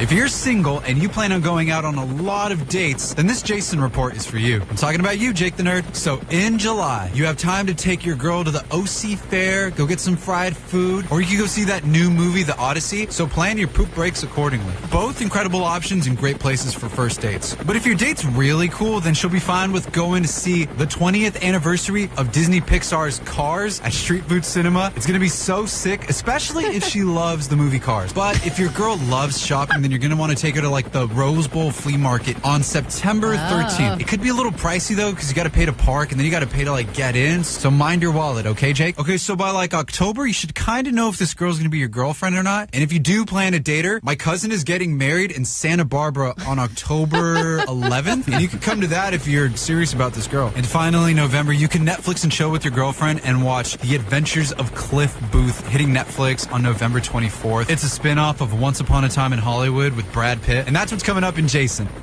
It's weird because the helicopter Kind of dipped out there cut for a out minute, in the huh? middle. I was, And then it restarted? I was so hoping that thing was going to smash. I do like the girlfriend theme, though. Yeah, it's a good theme if you got a lot of dates to plan in the foreseeable future. And so there's all things you could be doing over the months of J.A.S.O.N. I like the advice of your girlfriend will enjoy the movie Cars, but only if she likes the movie Cars. Right. Oh, yeah, if she's cool. And most hot girls love the movie Cars. It's proven. I would disagree with that strongly. No. You ask any 20-year-old right now, they'd be like, oh, hell yeah, I want to go see Cars. It's like the It movie that like hot girls really love right now. Because of that song, Life is a Highway, Rascal Flatts. Remember that? Yeah. It's a bop, and they love it. All the girls are into that song? Yeah, it's like a meme right now, and they kind of like are really into it. That's why they're playing it at this outdoor movie. Where do where do hot girls hang out? Erewhon, Pilates, the gym. Why don't you go over there later today and try to get a legitimate answer as to how many of them are a fan of the movie Cars? All right, I'll come back with like 3. I got you. Thanks for the effort, buddy. If you ask 10 hot women, are they a fan of the movie Cars? I think you'll get maybe one that goes, it's fine. I don't think any. I think you're insane. I think your theory is wrong. Well, maybe they're Ratatouille girls, but I mean, like, either way, Ratatouille, Wall-E, Cars, like, all those 3 were like trifectas back in the day. Right. They were a fan of them when they were 4. No, I was like 8 when that came out. Right. Okay. No, double it, man. I was 8. I was this many. When we get back, assuming they didn't turn around. Oh, it's 562. It's true. Cars is summer Disney movie, and Cars Land at Disneyland is summer. And yes, I am a hot girl. Bada bing. All right. That's one. You only have 2 left. Yeah, 2 left, man. Find 2 by tomorrow at this time. When we get back, Cage the Elephant stopping into the KROQ studios and some new music for you, and then tickets to a festival happening right here at the Santa Monica Beach. And that's all coming up after this. Hello, this is Brandon Flowers from The Killers. Lock your speed dial on KROQ. Listen to KROQ every hour from 9 to 6 to win a pair of tickets to Ocean Wave Festival, Saturday, September 26th at the beach in Santa Monica. Oh, is that what they're calling it now? With The Killers, Jack White, Sublime, and more. How's everybody doing? You need to see me run away so I can fix this. Till the sun blows up in the sky. Courtesy of Golden Voice. Tickets and info at OceanWaveFestival.com. Keep listening for your chance to win. On the world-famous KROQ Rock and Roll. KROQ.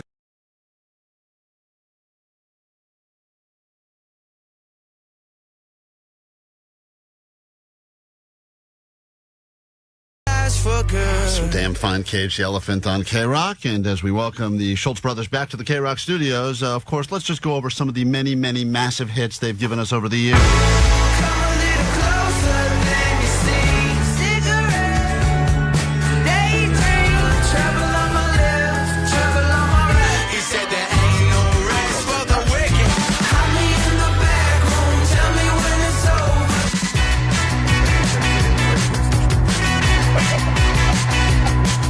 We've already got that montage ready to go, guys. Welcome back to KROQ. Please say hi to Cage the Elephant. Hey, Welcome, boys. guys. Hey, thanks for being here. Hey, what's up? Nice to see you again. Last time we did this was downstairs. You played a nice little intimate show for some KROQ listeners. Then I think we did a fun thing at the El Rey, and then you got tapped by a little band by the name of Oasis to co-headline with them, which must have been nice. How did that? How did that whole thing go down? Was there a phone call, a text? We, like everyone else, just heard rumors about the tour on social media, and I started writing them letters immediately. No. Obsessive with magazine cutouts and everything. Yeah. Every truck stop that we stopped at, got a postcard and sent it to them. I mean, backstage, though, I spent a little time. Did they really get along, or was it all an act? I mean, you must have seen a little bit backstage. No, I think they're getting along. What would you know about? What would you even know about what it's like to tour constantly with a brother? That you secretly hate. Exactly. We never see each other on tour. Yeah, totally. You stay in different wings. Exactly. But in the course of your career together, has there ever been a moment where there was friction? You say, "Oh no, I don't want to go the way of the Oasis brothers." Has there ever been a moment there's been friction between Never. us? I actually threw a pizza at Matt one time, which actually I feel very, very bad at. It's a waste of perfectly good pizza. Yeah, it was. I don't remember that. Yeah. What was the reason? Yeah, I did. I threw it at your face. Yes, you do. I don't remember that. Yes, you do. I remember the time you threw me through a glass table, though. No, God. As adults or children? That glass table was a pizza table. Oh, man, delicious. That had a pizza on it. Yeah, you guys I love the relationship because from a young age, back when you guys were young bloodsuckers before you were the massive monsters you are today, you would fight a lot. And Matt, I believe, Brad, you said that you would almost always win the fights. The physical fights, you would always win, right? Did I say that? Yeah, so Brad used to do this thing that when my parents, first off, we have to let the audience know the Bloodsuckers was our neighborhood gang. Right. Brad was the leader, and I was his. It's like the outsiders. I was his faithful sidekick.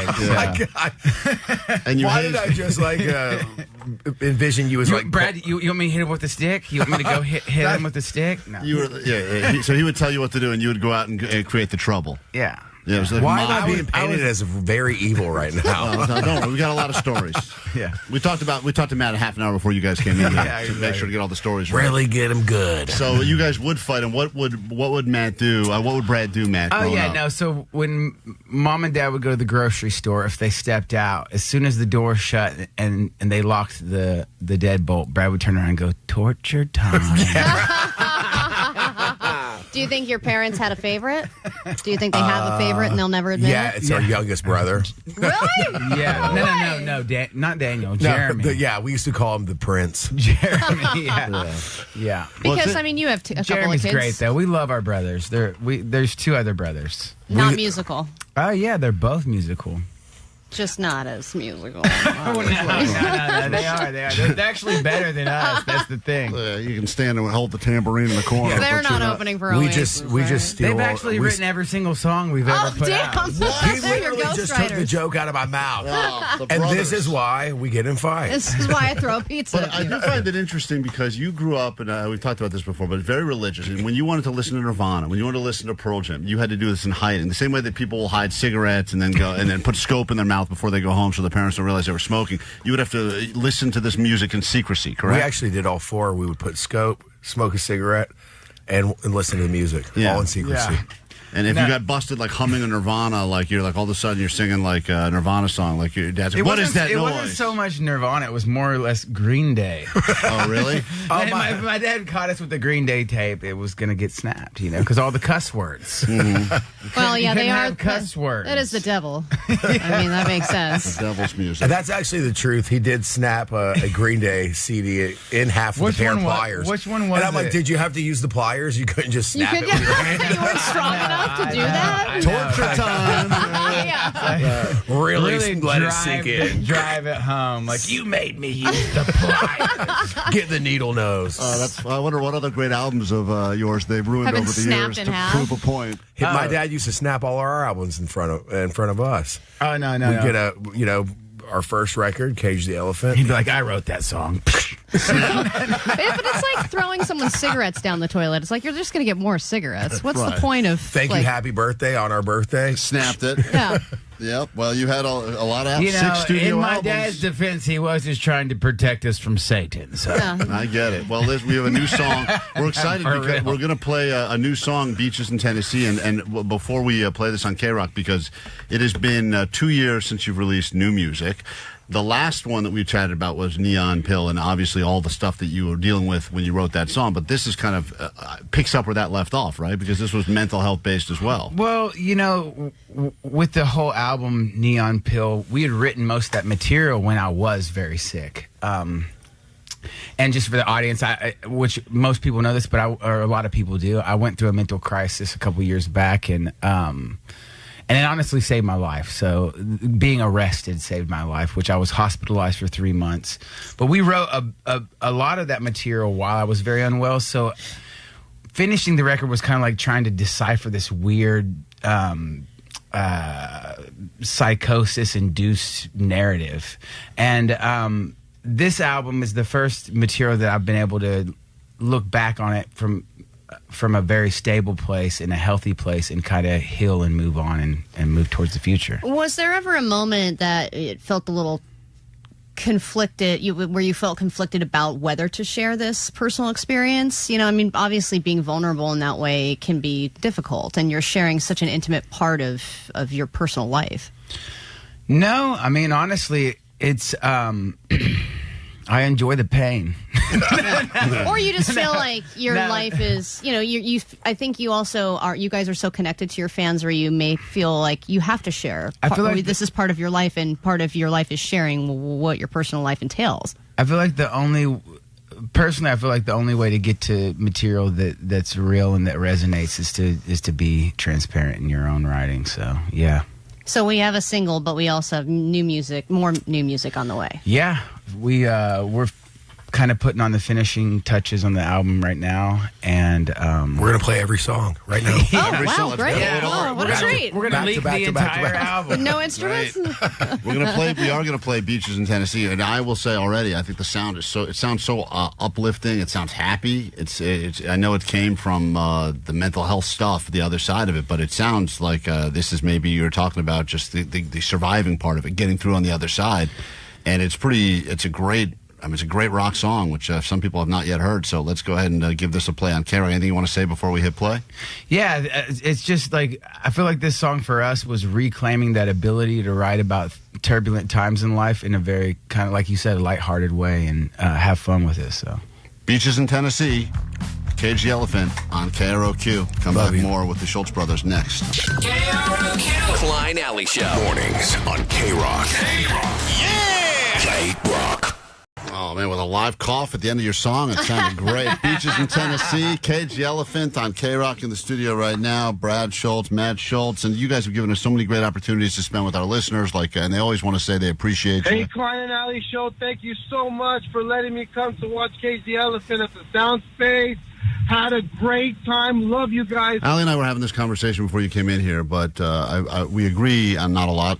One of our favorite live bands to watch is always you, and I think a lot of it had to do at the beginning, Matt, with the fact that you would pretty much put your life at risk every show.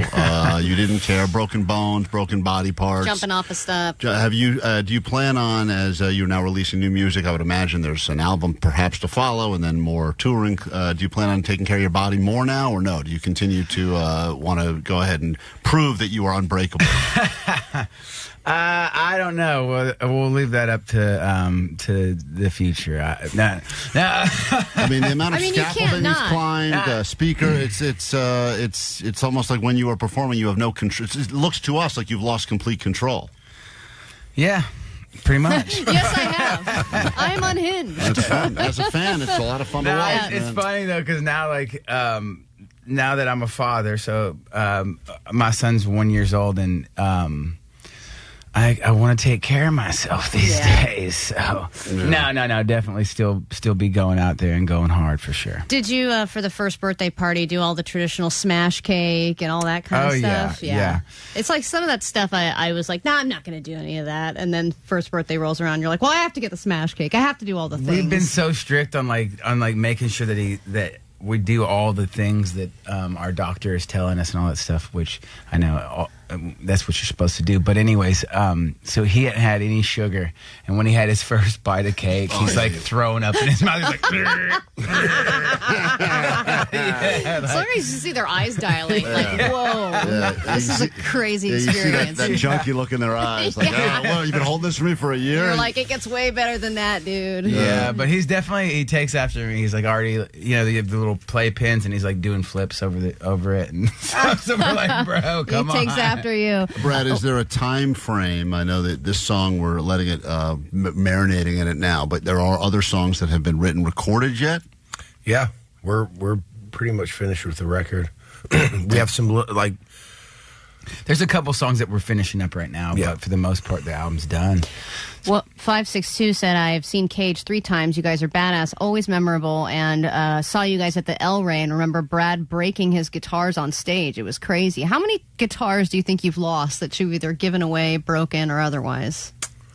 Oh, my gosh. I don't know. Actually, I had the most awkward guitar giveaway of all times. Awesome. About 3 days ago, there was a kid that was like holding a sign saying, Brad, could I have your guitar? Oh my God! And balls on that kid. Wait. Entitled. God. I start running down the stairs of the stage, and I don't know why, but I was like, yeah, I'm going to jump the last 4 stairs. I jumped off the last 4 stairs, and as soon as I hit the ground, my knees went to jello. Oh no! And I literally was like, I looked like Gumby. He pulls up a sign that says, "Never mind." And everything just slowed down, and I was like, "No, your knees aren't going to give out." And then I was like, "No, your knees are going to give out." And then I went head first and seal slid, and stopped right at the kid's feet. And I looked up at him like I was terrified. I was like, you can keep your guitar, sir. I know. Did you still give it to him? No, he said I don't want it anymore. Yeah. He just helped you up. And He said, you're not as cool as I thought you were, buddy. You keep your guitar, you loser. Yeah. As always, we... then he spit on me. Yeah, so we wrap up every interview here at KROQ with not one, but 2 epic questions for Cage the Elephant. Here we go. Epic questions. Brad Schultz, Matt Schultz, Cage the Elephant, in KROQ in the studio right now. Epic question number 1. Allie, give it to him. Which state makes the best barbecue, and why? Of all the barbecue you've ever eaten, and I'm sure it's been a lot. I'm going to go with, I think, Texas, Austin, Texas. I know Austin's not a state, but I said Texas first. It's a simple question, Hey, Brad. Texas specifically, Austin. In the spirit of our new single, I'm going to say Tennessee. Yeah. Smart. Epic question number 2. Nashville, Tennessee. No. Epic question number 2. Is Austin considered a state? I don't think they're going to get this one. It's a toughie. This is the real question, though. When you're in Los Angeles, as you are right now, what is one thing you must do? Is there a thing you do when you're here that you go, at least we're going to get to do that? I used to go to, and I should do this, it's been a minute, but I used to, every time I came to LA, I would go to the Electric Banana and get a tattoo. Oh. What was the last tattoo you got there? Do you remember? I think the last one I got was this little knife guy. Oh, cool. Running after the tiger. He's going to stop him, And do you say, can I just have a little knife guy? You make it up? Yeah, or do you... Yeah, you have a sketch. How do you interpret that? I'd like a little clown that's holding a dagger running towards the tiger. You make up the rest. Go ahead. His name is Austin. Yeah. Choose your own adventure. Well, guys, congratulations on the new music. Thank you for coming here to share with us. Thank you so much. We look forward to hearing more when the album comes out. And when we return, we will get you into a festival that sadly Cage is not playing at, but it's happening in Santa Monica on the beach, and you will see one of the people from this band there, Jack White, will be at this show. So if you want your tickets, caller 20 right now. We get you into the beach. Allie, what is this thing called? Way. Ocean Way. That's what it's called. It's a new festival. We can't keep track of it all. We'll give away your tickets next on KROQ. KROQ. Klein Alley Show. Mornings on KROQ. KROQ. Yeah! KROQ. KROQ Klein Alley Show. You'll be seeing Jack White of that band joining forces with many others, including Sublime and the Killers. It's all going to be happening in Santa Monica. You have to wait till September, but that'll get here real quick because September 26th, it is called Ocean Way Festival. And we get you in right now if you are the 20th caller, which puts us on Kelly. Good morning, Kelly. Yeah. You are caller 20. Woo! So get ready. Thank you so much. You're very welcome. Bring that energy to the beach with you so you can enjoy the Killers, Jack White, Sublime, and many others. And you'll be at the first ever, the inaugural Ocean Way Festival. What a brag. Congratulations. Hold on one second. That woo sounded forced, by the way. Thank you. Is that a real woo or a fake? Omar said that was not an authentic woo. Yeah. Oh, I'm sorry. You're cutting out. Was your woo Cutting out. Was your woo an authentic woo, or was that like Oh, it's so authentic. You have no idea. Then I'm do it so again. excited. Woo! that one sounded better. I hear what Omar's saying though. She went down on the first woo. Yeah, it was just like, huh. It was a woo, and the second one was like a real, like letting Yeah. it. But also, she could be in an office. Are you in an office? Are you in your car? Where are you right now? Yes, I'm at a public school, so it is summer, but I still have to keep it sort of low. around here. Why are you at school? But, because I work all summer. I work in a textbook room. Oh, The terrible textbook room. gig. Oh I my know. And So you're What is wooing around a that, bunch by the of way? That books? sounds made up. That's the first woo I've ever heard. Probably the first woo in the history of a textbook room ever. The books are like, shh. I'm telling you, I'm the textbook room lady, and I have way too much energy to be stuck in a textbook room with no windows. Is that a punishment? Like that sounds like something I would get in trouble for at school. Yeah. Like, You've if you been don't, assigned to the textbook you'll be going to the room. textbook room. You know what? It kind of is a punishment. If you saw the room I'm in, for sure. Oh man. Big punishment. Can you pick a book at random and read us something from it so that today can be an educational show? Oh, good idea. Sure. Would you like Just grab a something at novel of random. some sort? No, Okay, God, that let's sounds terrible. see. Catcher in the Rye. I've heard of it. Catcher in the Oh, that's banned. God, it's Catcher in the always Rye. Catcher in the Rye, isn't it? It is. When are we going to get off that book? Yeah, It's well, lame. Move along. I mean, that was when they only had like 3 books available. Jesus. That was one of them. There's always So- one dude who's obsessed with it. Go ahead. Whenever you're ready, take us through any excerpt you choose. Okay. Let's see. I used the caddy once in a while just to make some dough. Boring. All right, the textbook room is terrible. Hold on 1 second. We accept Yeah, you your need original this. woo. You need this more than anyone. Please go. Give her all the tickets, as a matter of fact. Please. And when you're at this festival, who's going to be manning the textbook room? Because obviously you have to be You there know during the what? summer. I don't know, and I don't care. Okay. All right. There we go. That was a nice. Well, I don't think anyone's going to steal them while you're gone. Yeah. Hey, whatever happened to the textbook room? I was at a festival. Nothing. Oh, good. Catcher in the Kelly wasn't Rye. there? It's still safe. They're all there. Apparently, no one likes this room. I bet you that's where all the teachers go get high in because no one think to look Or in the sex, textbook room. right? Oh, maybe that's it. Let me ask her. Hold on. Put Kelly back on hold. Get back. Kelly, did the teachers have sex in the textbook room? Is it like a kind of a slang? It sounds like it's a boring room, but really that's the fun room. No, nobody comes back here. Oh. Okay. All right. We tried. We'll Sounds take. like she's keeping it a secret. Yeah, it must be bang fest in there. That's why she had to keep the woos down. All the other people wooing in there. We got to take a break. We're back in a moment. We got A.D. news to get to. If you want tickets to that show, Kelly will be there. You can be there as well. We'll give them to you next hour with a little quiz if you've been paying attention to today's show. What a doozy to pay attention to. Back with more show next. The Klein Alley Show. Mornings on KROQ. Whoa, whoa, ho, ho, whoa. You're a little excited. 106.7 FM. KROQ.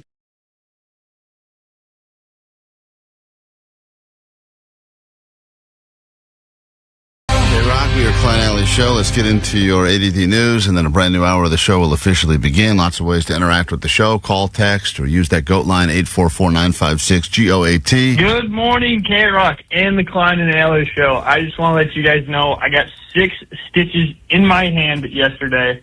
And while I was getting my stitches, I had my headphones in, and the only thing that was keeping a smile on my face was you guys. Keep up the good work, and thank you guys. If you're going to leave a message about getting stitches in your hand, please explain how that happened. I mean, I assume bar fight. I assumed it was an aggressive masturbator, but I guess we'll never know. I mean, it was probably a construction thing. It's probably not nearly as exciting. Had it been an exciting reason, I'm sure he would have given us the details. Yeah, it's probably some kitchen mishap. Right. Like he was cutting onion. Got avocado hand, whatever that thing that was going around years ago because people couldn't take the pit out properly. That's they could when you stab definitely themselves. don't say why Right. you Well, in cut that your case, hand. sir, you're a hero, and thanks for listening to the show. I'm glad we could keep you happy through the process. It seems like we were putting people in the ER and helping people get through the ER experience. And now there's this, your news. Grab your Adderall. It's time for A.D.D. News. We'll start with the Big Bear Bald Eagles, Jackie and Shadow, who have been an obsession for Southern California for years now. And overall, life has been good for them, except for that one weird year where their eggs didn't hatch and they ate them on live stream. But they hatched 2 new eaglets this year, and this week some drama went down because 2 other a-hole eagles started messing with Jackie and trying to kick her ass and get to her nest. It's like a Real Housewives of Orange County situation Oh my going God. on. I know. They're so SoCal, aren't they? Really welcome. You guys I'm sure they're belong so here. fake to her face, too. Throwing champagne at each other, and it's like you think about what's going on. I know it's eagles and this is nature, but it really is like all of those reality Yeah, shows. but they're all going to hash it out later on a podcast. Oh, great. Andy Cohen will be sitting in the nest, breaking it all down. So what went wrong, do you think?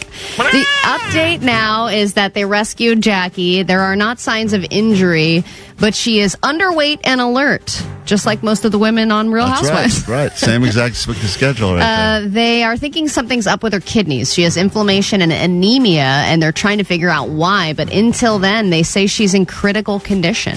Oh, and what's no. sad, I know. And what's sad is that Shadow has no idea. They're like, it's sad because we know where she is, and Shadow has no idea where she is, and he's just Shadow's feeding. out banging. Yeah, Are you kidding me? Shadow's probably thrilled right now. Dude, hell yeah. Guy's got the empty nest. This mate for life thing sucks. Yeah. Every year it's that same boring, got to bang the same eagle again. And he's like, I can't cheat because there's literally cameras everywhere. Yeah. You guys like, hey, I'm just trying to bang a just little trying bit. to slay a little bit. You got the stupid webcams are really blowing up my spot. I know, but then he has to manage more than one nest. You know, I mean, with your dad, Omar, that didn't work out. He had 2 families. It didn't. No, he got busted. Yeah, it's crazy. So you might think it is gross to rummage around in Goodwill bins to find discounted, smelly, worn clothes by thousands of people, and you might be right. But then there are stories like this, when you happen to find a diamond in the trash heap and you make some serious money. The greatest thrift store find of all time. Earlier this year, going through the bins at a Goodwill near Portland, Oregon, somehow or another, I mean, NBA... by the way, of all of the Goodwills Oh my to God, go the through, smelliest. the Portland, so many Oregon one, hippies. that's got to be the stankiest of the stanky. So much gross tie-dye. Great Wilt Chamberlain's Lakers warm-up jacket from the 72 NBA Finals had ended up for sale in Oregon for $3.07. Here's Brown. Oh, that's racist. Here's Brown. Why would they say that? Is that the section he found it in? That's unnecessary. I think that's the guy's last name. Oh, okay. Well, that explains things. Yeah, but I bet it was so discounted because the size was enormous. The really key moment for me was I was in my room and I looked at the measurements of the jacket. Wilt Chamberlain being 7'1", the jacket measured 33 inches long, so would have gone down almost to my knees. I looked at it and it matched up. Smart kid, when Brown posted his discovery online, Sotheby's reached out, helped with the forensic investigation, matching the stitches on the jacket to old pictures of it, and then put it up for auction. And that $3 thrift store find just sold for nearly $90,000. Which seems low. Does seem low, but I think it's funny that Allie thinks it was discounted because it was so big. Everything at Goodwill is discounted. I know it is, but- $3.07 actually seems expensive for Goodwill. I know, but if you think about it, if like an actual real jacket like that, and if it's actually good quality, would be still $2. would be Yeah, more like $7. $1.50. Okay, those massive sizes they discount even more. $4 is a You would steal. know. Yeah, she knows about big sizes. There's one thing I've Allie never knows found about. anything of value, but Allie is oftentimes referred to as the Wilt Chamberlain of shopping at Goodwill. That's how good she is there. that's right. I have a game warm jacket from when I went to my last stint at Goodwill. If somebody owes you money, what is the best way to ask them for it? According to a new study, people have gotten more and more afraid of the awkwardness of asking for their money back, so they just avoid it entirely. And a new Zelle report is showing that this is especially true for Gen Z. 76% of them are owed money by somebody, but have never been paid back and probably never will be because they're too afraid to ask for the money back. I think this is a lost art form, the owing someone money, because you can just instantly Zelle or Venmo or Yeah, cash but out. There's a people million feel ways. like that's rude to No, Zelle you requests. You just do it on the spot. You just do it right there. And I feel like now, I don't even let people wait to, because I'll forget and I don't want anyone to be like, You always say, don't worry about it, don't worry about it. Are they talking about Right. just something like, for a meal, hey, you're going to get me back, or I loaned you $1,000 and they're afraid for that amount? Good question, Omar, because it's really about big group expenses for trips and stuff. It's not even just dinners. It's like, I'm going to get the Airbnb, you get the flights or whatever. Still, that's could be $1,000. Exactly. And then 46% of Gen Z say they are now in debt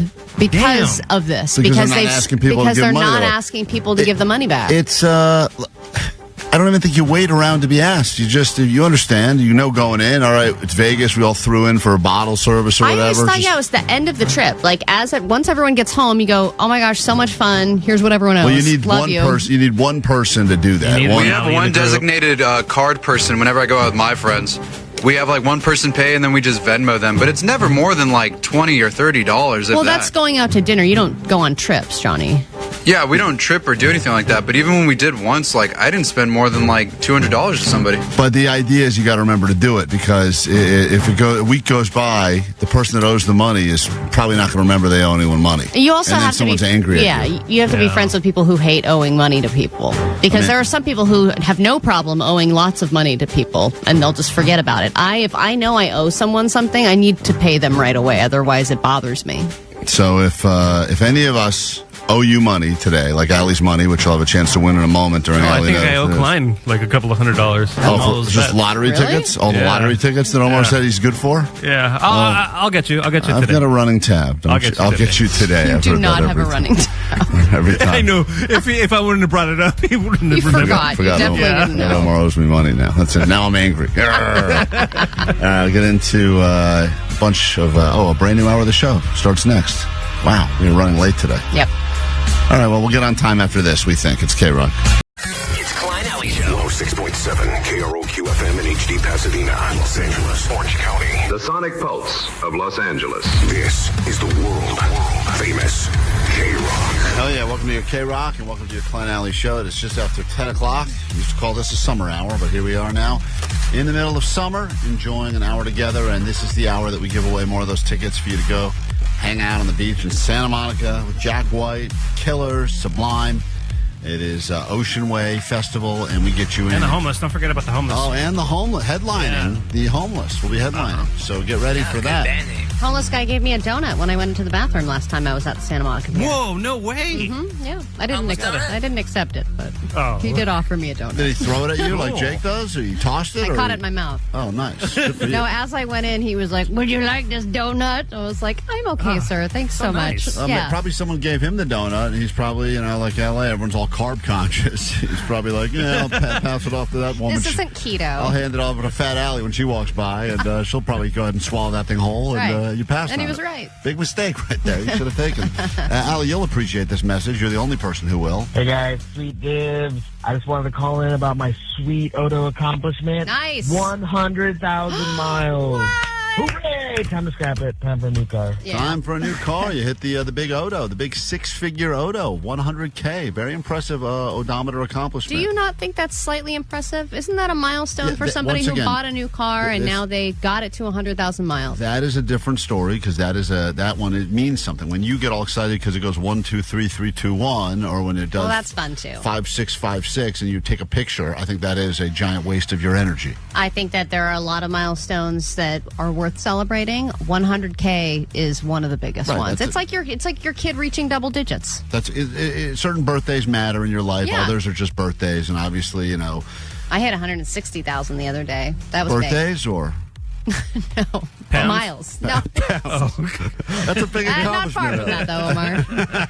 When you hit 160,000 pounds, you better believe that will be an accomplishment. I change it to kilos. We at will. that point. We will celebrate for you. Lots to get into this hour. As we mentioned, you'll have a chance to see this band. So keep listening to KROQ. Good morning. Well, it only goes to the sun explodes and I... KROQ. Klein Alley Show. Mornings on KROQ. Yeah! KROQ. We're going to have to check those live on the air. That's very exciting. Allie just got some. You want me to share it on the air? Some medical test results. Well, I mean, you may not want to share everything, but what did you do? You had to do STD test? Oh my God, everything you could possibly imagine. When you get pregnant and then you have to go get your first set of labs, the guy, as soon as I gave him my number and said, hey, I'm here for the labs, he printed out so many little pieces of paper. He took out the urine cup. He took out a swab, which I had never seen before, and said, you have to put this up yourself and swab yourself for an STD test, which I've never had to do before. Why and did give you have myself my own vaginal swab. Why did you have to do that? They want to make sure I don't have syphilis and gonorrhea. I guess it affects the baby somehow. And But then you didn't have to do it the first time? I think that they did it the first time. But I think there's this weird DIY trend with medical stuff now where they're like, you can do this. I'm like, no. I will say you this. swab me. The medical community, I blame like the peptides and the GLPs for this. They just assume that we're all qualified to be jabbing ourselves constantly. Yeah, I don't want to be swabbing myself. And they're sending you stuff in the mail, and they're going, hey, go ahead and poop in this bag and send it back. Yes.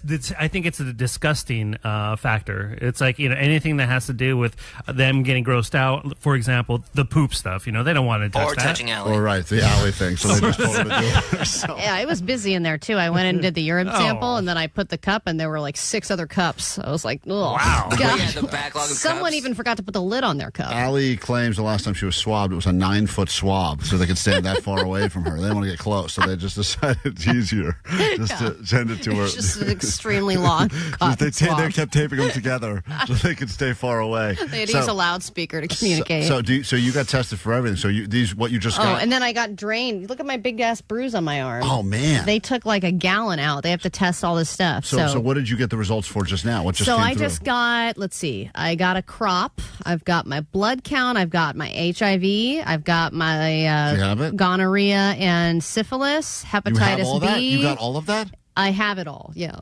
And Hep C. Man, that is a terrible and then report.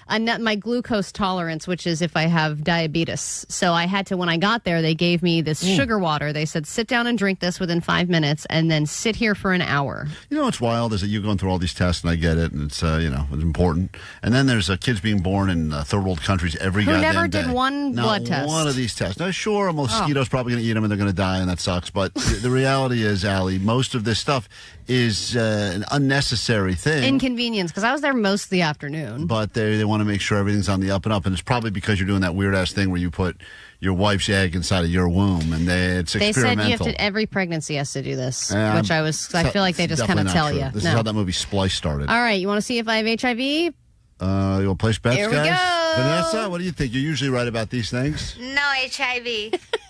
Thanks for that drop. I want you to say yes or no for all these. Totally. All right, let's go. That's the only reason I asked her. Okay. For HIV 1 and 2, AB and 1, there's all these different variants. I am non-reactive. Yeah, that's so weird. Which to I say think that. means I don't have it. Non-reactive. Yeah. That means like you have it, but you're not showing symptoms. Why don't they Exactly. just say no have? I just say no. It's no such a- have. Yeah, no. It's a no. No.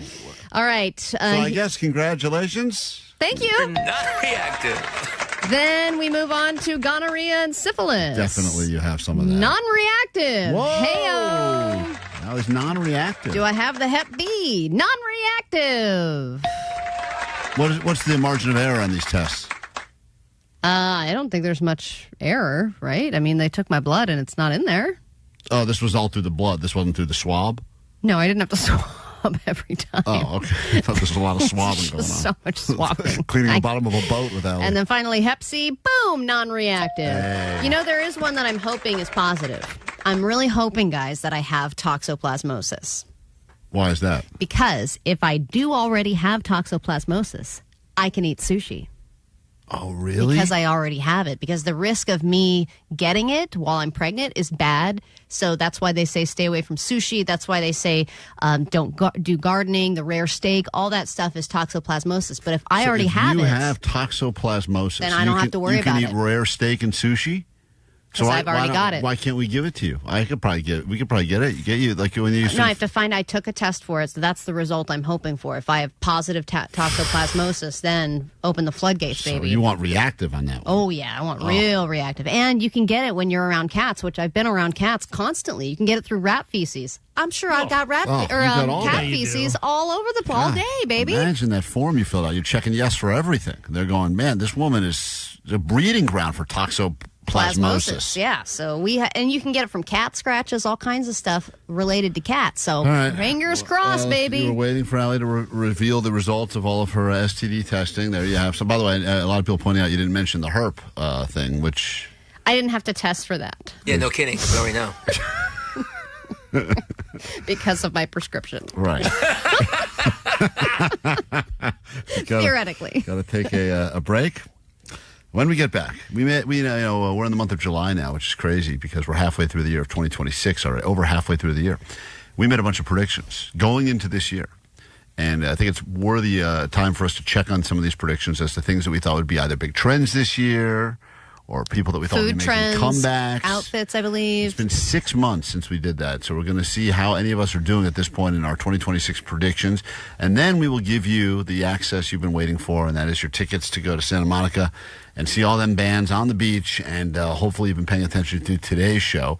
We'll come back with all that and more next. Hello, this is Brandon Flowers from The Killers. Lock your speed dial on KROQ. Listen to KROQ every hour from 9 to 6 to win a pair of tickets to Ocean Wave Festival, Saturday, September 26th at the beach in Santa Monica. Oh, is that what they're calling it now? With The Killers, Jack White, Sublime, and more. How's everybody doing? You need to see me run away so I can fix this. Till the sun blows up in the sky. Courtesy of Golden Voice. Tickets and info at OceanWaveFestival.com. Keep listening for your chance to win. On the world famous KROQ Rock and Roll. KROQ.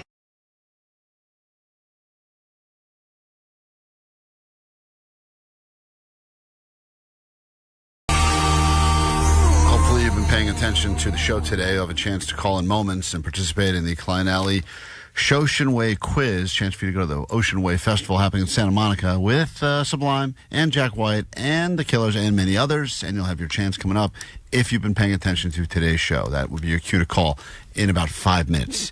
Allie, we only have 162 days left of this year, which means we are over halfway done. And July 1st is the midway point, and now here we are heading towards the end of July. That was your half birthday. Thank you, my half birthday. And by the way, you guys all made fun of me because you said no one celebrates half birthdays. I recently went into a Chipotle, and I had an unused half birthday free soda. Didn't even know they did that. I can't believe they do that. Every day is a free soda day if you just ask for a water cup there. But regardless, I had a half birthday free soda. But you didn't even take advantage of, right? No, I didn't, because I didn't know that they did it, because you guys convinced me that no one cares about half birthdays. I'll tell you who cares. Chipotle cares. That's who cares. Anyway, I had to spend $5 to take advantage of that free soda, which I never did. Okay. We all made predictions at the end of last year as to things that we would experience a lot in 2026. And it's interesting now as we're halfway through the year to see if any of us were right. One person was very right about something they predicted.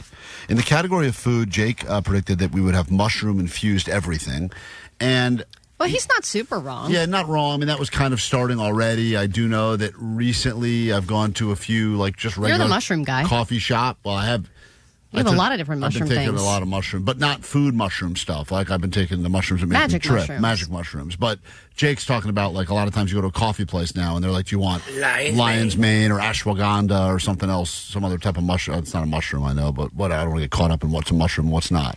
But nobody guessed protein, and that's the biggest right. food craze No this one year. said protein. I did say junctional food, which is kind of like protein. Well, I will give you the point on that because everything has, like, the fact that there's protein ice cream, I feel like that is a junctional food. There's like protein Pringles. There's like all of the junk food. Yeah, protein Doritos. Yeah, I mean, that's the thing. My prediction was that we would take all of our favorite junk foods and figure out a way to, quote, Make them healthy. feel less guilty about them being junk because we just But say. also, I don't think they're healthy. No, they're not. definitely not. They're definitely not. You just, They're super processed. Yeah, it's a mental. You just feel better because you're like, I know I just ate an entire bag of Cool Ranch Doritos, but also it was 57 grams of protein, so I feel like I did something right. So I got muscle retention. So that was my pick. Johnny thought everything would be in Lunchable style. Lunchables were going to make a big year this year. Not really. Allie said collagen on everything, which Yeah. I do see Which that, but is- not yeah. as much. And Vanessa said homemade. Everyone's going to be bragging about making homemade stuff. It's not going to be about going out. It's going to be about making stuff and posting the recipe on TikTok, whatever. I don't think that really is Omar happening. said everything would be smaller because of half portions. Everyone's on Ozempic and GLPs. Which is kind of true as well. That is but happening. they never really kind of like marketed it that way, though. You're right. They didn't market it the way they should have, but I do see a lot of places now are offering like what I would call like snack size meals, which I think is what they're saying. I mean, what they need to do is convert every kids menu to an adult version of the kids menu. Right. Because the amount of people I know that would like to order off of a kids menu or secretly do, it's a lot. It's a lot. It's a lot. By the way, like I have ordered the Happy Meal. I've said this before. Where I'll pretend I'm having a conversation with kids in the back of my car that are not there because I want a Happy Meal. But that's because it's just all I want. I have no self-control. So I know if I only get 6 chicken nuggets and a small fries and a small soda and a little toy to play with, I know that that's all I need. Do you stop by a fast food place every day? Not every day. Okay. No, but if I am driving and having a craving, I also know if I order the 20-piece nugget, which is what I would get, You'll eat all of I would them. eat all of them. But And if I you would have 5, it's like a And snack. I'll tell myself, you get to 20, eat 5 now, save the rest for later. And I won't. I'll eat all 20. Well, and they're never as good when you wait. So anyway, in the category of comebacks, this is where I think we had our biggest win. Ali made a prediction that we all made fun of for her at the time, and that was the comeback of the Macarena. And I believe the last 6 months have probably been the biggest 6 months in the history of the song, the Macarena. Absolutely. I don't know where it came from. World Cup, World Series, NBA. I mean, there's not an event that Weddings, has happened that the Macarena. dance classes, people are tipping us off constantly, going like, graduations. Guys, they're doing the Macarena at the Masters. We're like, what? The Macarena has had a crazy resurgence. Oh, the white people dancing at the Masters for the Macarena was probably epic. And Only white. No one other than white people have ever danced to the Macarena. Let's be honest. no, But Omar, still. you've also played it at a lot of your gigs. Absolutely. And then I wanted to, kind of film it because I thought it was going to fail, and it was a hit. Yep. Johnny, it's funny that at one of the gigs Omar was paid for, he goes, I'm going to watch this fail. I'm going to intentionally wreck this. I'm going to ruin this. Yeah, just to prove Ali wrong. Rubbing Ali's fat face, and it still does well. And It they're hit like- at the quinceanera. So Johnny predicted it was going to be a big comeback year for Hillary Duff. And it kind of has been. It definitely has been, dude. She's on a sick one right now, man. Wasn't that was that the concert people were fighting at, like brawling at or something? At the Forum, they were throwing hands. And she was in the cover of Sports Illustrated. Yeah, It was that's one good. of yeah. the covers. Yeah, Johnny, that's a good pick right there. That comeback. thank for- you. Omar said board games were going to have a big year as people were trying to, kind of unplug a little bit. I don't know if that's been happening. Yeah. I don't Jake said planking or owling, which was a terrible prediction, has not been happening anywhere. Is that over yet? And I You said predicted that. flash. I thought flash mobs were mobs. going to come back. I was wrong about that. That's a great prediction, though. If you had been right, that would have been amazing. Well, because we went to the last year was all about smash and grab. That was the big mobs, and I thought maybe we'll switch it, make it positive yeah. again. Vanessa also guessed about Britney Spears, and I think she has had a bit of a comeback. No, In what it wasn't way? a real one. I mean, she got arrested. Not a She's sent musical to comeback, rehab. a legal comeback. What about those knife videos? Didn't do her any favors. I know, but she's in the news again all the time. Her Instagram's popping off, but not in real life. In though. the category of relationship trends, Jake predicted the popular trend would be not being in relationships. Jake has been good at that one. He's been pretty good at that. Vanessa predicted it would be group date activities. It'd be more group date running club stuff. I think that is happening. It's happening, but that's been kind of happening. Omar said more couples will be joining OnlyFans together as a way to make an additional rev source. And you do see stories about these couples that both had, whatever mid jobs they didn't love and they weren't doing great, and then they started doing OnlyFans, and then they become like millionaires. And they're Hey, banging. we're having sex anyway. Yeah, People might as well watch. Right, probably having more sex now. It's maybe not fun anymore. It's a business, but still impressive. I said AI side piece. This was going to be the year of the AI side piece. Well, you've done that. You're wrong. Yeah, and a bunch of people, even China, they just passed a law. You can't date AI anymore because everybody was doing it. Yeah. Yeah. Yeah, that's how big it got. But it's not a side piece, it's the main piece. Well, that's what happens. They're so fun, so agreeable. So I still think it's great. I don't know. I'll tell you the next thing. I've done another thing. I've gone a deeper level. What are you doing now? I'm not going to get into it now, but I'll talk about it during an hour. My wife's not listening. Oh, joy. Shelter time. Maybe I'll talk about it in the podcast. It's amazing. Gross. So why can't you just... Are you insatiable?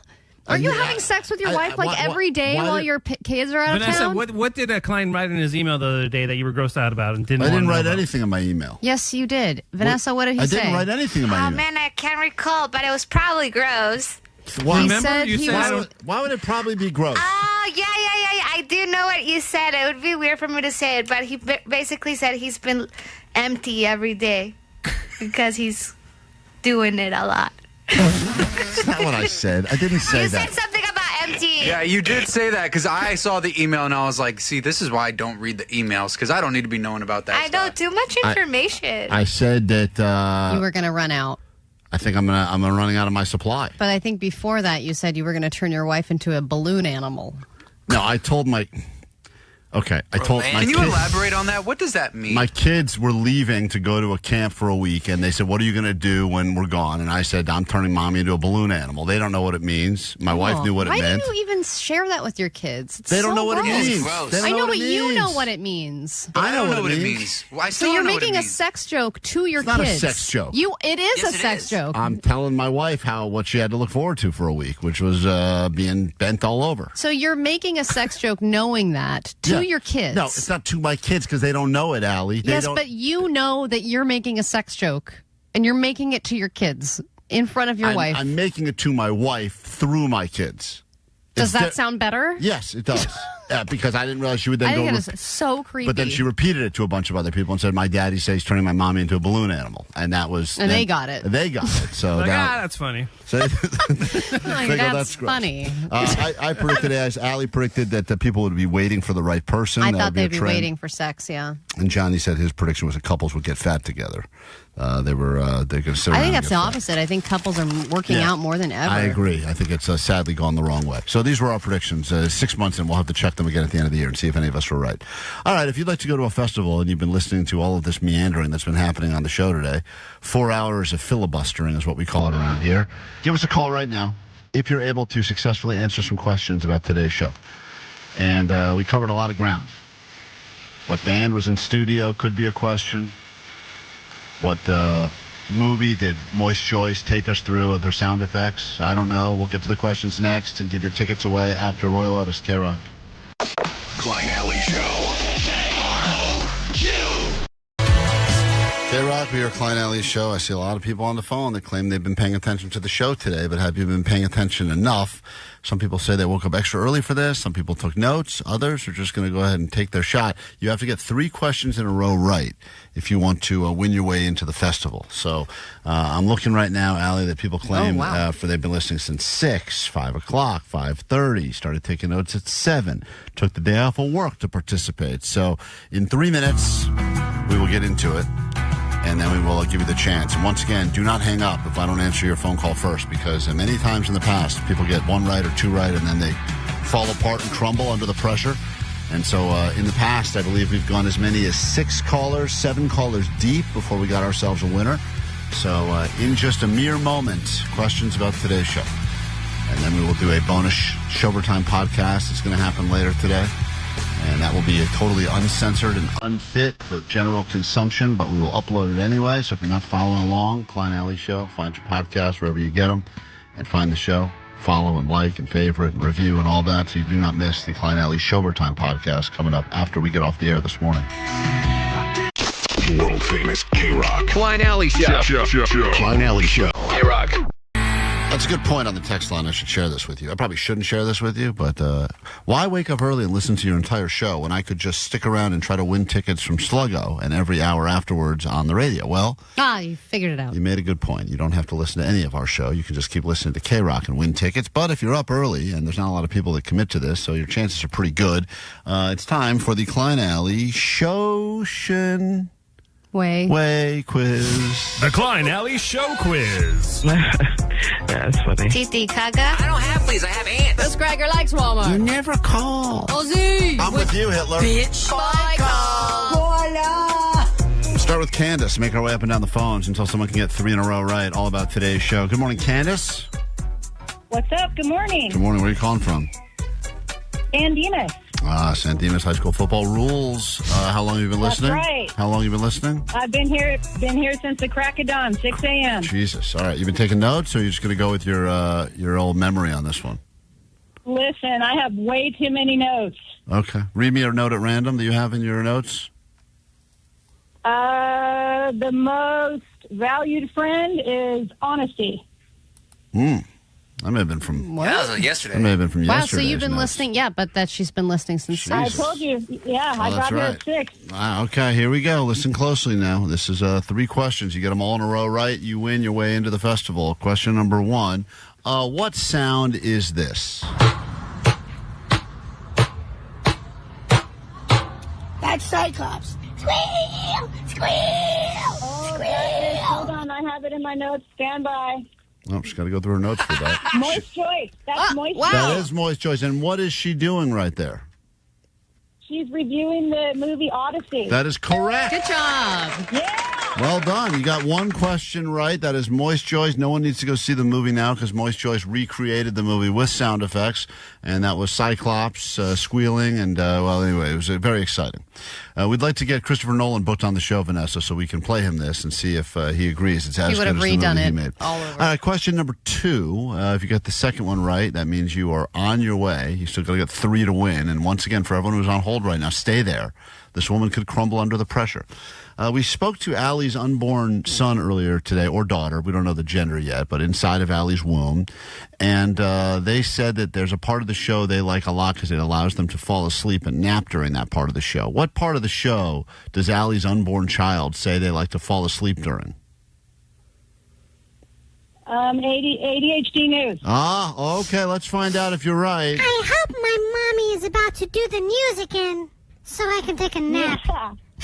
What a bore fest. Well, that is correct, and the kid is correct. Both of those are correct. Yeah. So you've gotten 2 right now. And it comes down to this final question. If you're wrong, we start all over with someone else. We could talk about Cage the Elephant in studio today and some of the things they discussed. But we did have NBA superstar LeBron James join us multiple times this morning with the big announcement people were waiting for. What was one of the announcements LeBron James made on our show? Stand by. Stand by. Talk about Borefest, am I right? Don't turn this on her. She's the caller. The answer? Don't have notes on that one? I'm going to go to someone else.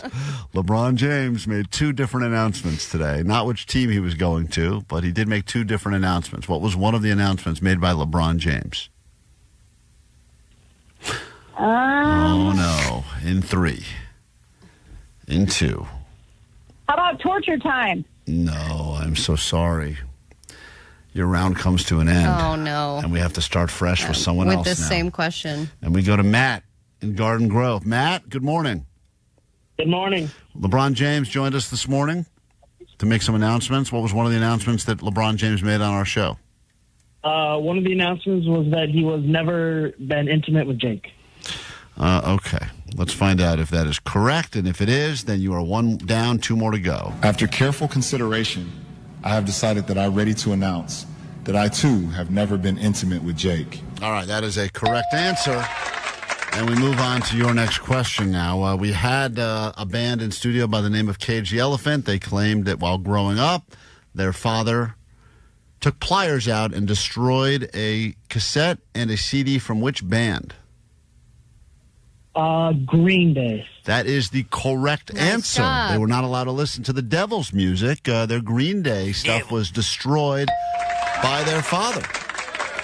You get this next question right, and you are going to the show. This is very exciting. It's the Klein Alley show quiz to prove you've been paying attention to the show. Your next question. Allie revealed some medical news on the show today. What medical news did Allie reveal? One piece. There's been quite a bit. That she is non-reactive to a multitude of different STDs. Yes. Needs. That's right. that is Allie is HIV. There are so many STDs I don't have. Negative. Matt, you got the verbiage correct. You're going to the beach. Enjoy yourself the time. I feel bad for our first contestant who's been up listening all for nothing, but hopefully you were entertained at least a little bit, and you'll be enjoying yourself Ocean Way Festival. Hold on, all right? All right, thank you so much. Thanks for waking up and listening. Will you listen this long tomorrow again or not really? Probably till like 7:30. Okay, appreciate the honesty. Thank you. Hey, I like the honesty, though. Give the guy credit. Takeaways from today's show, then we get the hell out of here. We do a bonus podcast for you. Takeaways, what do we got on the text line? Okay, 562, my takeaway is it's always Catcher in the Rye. Oh, always. 714, when it comes down to Harvest Rants or Asian, Klein always will take the Asian. 818, textbook rooms don't get many woos. They sure don't. 818, happy Cars anniversary. 310, Vanessa chooses Mediterranean. 310, Jake likes dating Barbasians. He sure does. And 650, my takeaway is it's torture time. Torture time. It's so bad. I feel so bad for that first contestant because she thought we'd have a torture time question on the ready. I know. And she yelled out torture. She had it ready. Torture time. That's actually what we're going to start calling our podcast. Forget about this Klein Alley show overtime stuff. An hour of torture time will be coming your way soon. What's your takeaway from today's show, Vanessa? I choose the Asian. Okay, great. Salad. Pull that clip. Pull that clip. You're welcome, guys. I made her say that. Johnny, I did have a takeaway. Johnny, you have a takeaway? Happy Ozzy Day to my buddy Ozzy. Oh, that's right. Johnny's buddy, Ozzy Osbourne. That's his buddy. Happy Ozzy Day. Allie, takeaway? Yeah, my takeaway is 3/4 of a cup does not equal 12 cups. Not in my kitchen. Jake, you have a takeaway? Yeah, I want to touch her with a 9-foot swab. Very funny. All right, we'll do it tomorrow and try to do it better. We're way behind, so we're just going to go right into break right now. Thanks for putting up with us. If you need us in the meantime, Goat Line, 844-956-GO. Download the podcast. Find us on YouTube. Goodbye. Transmission. KROQ.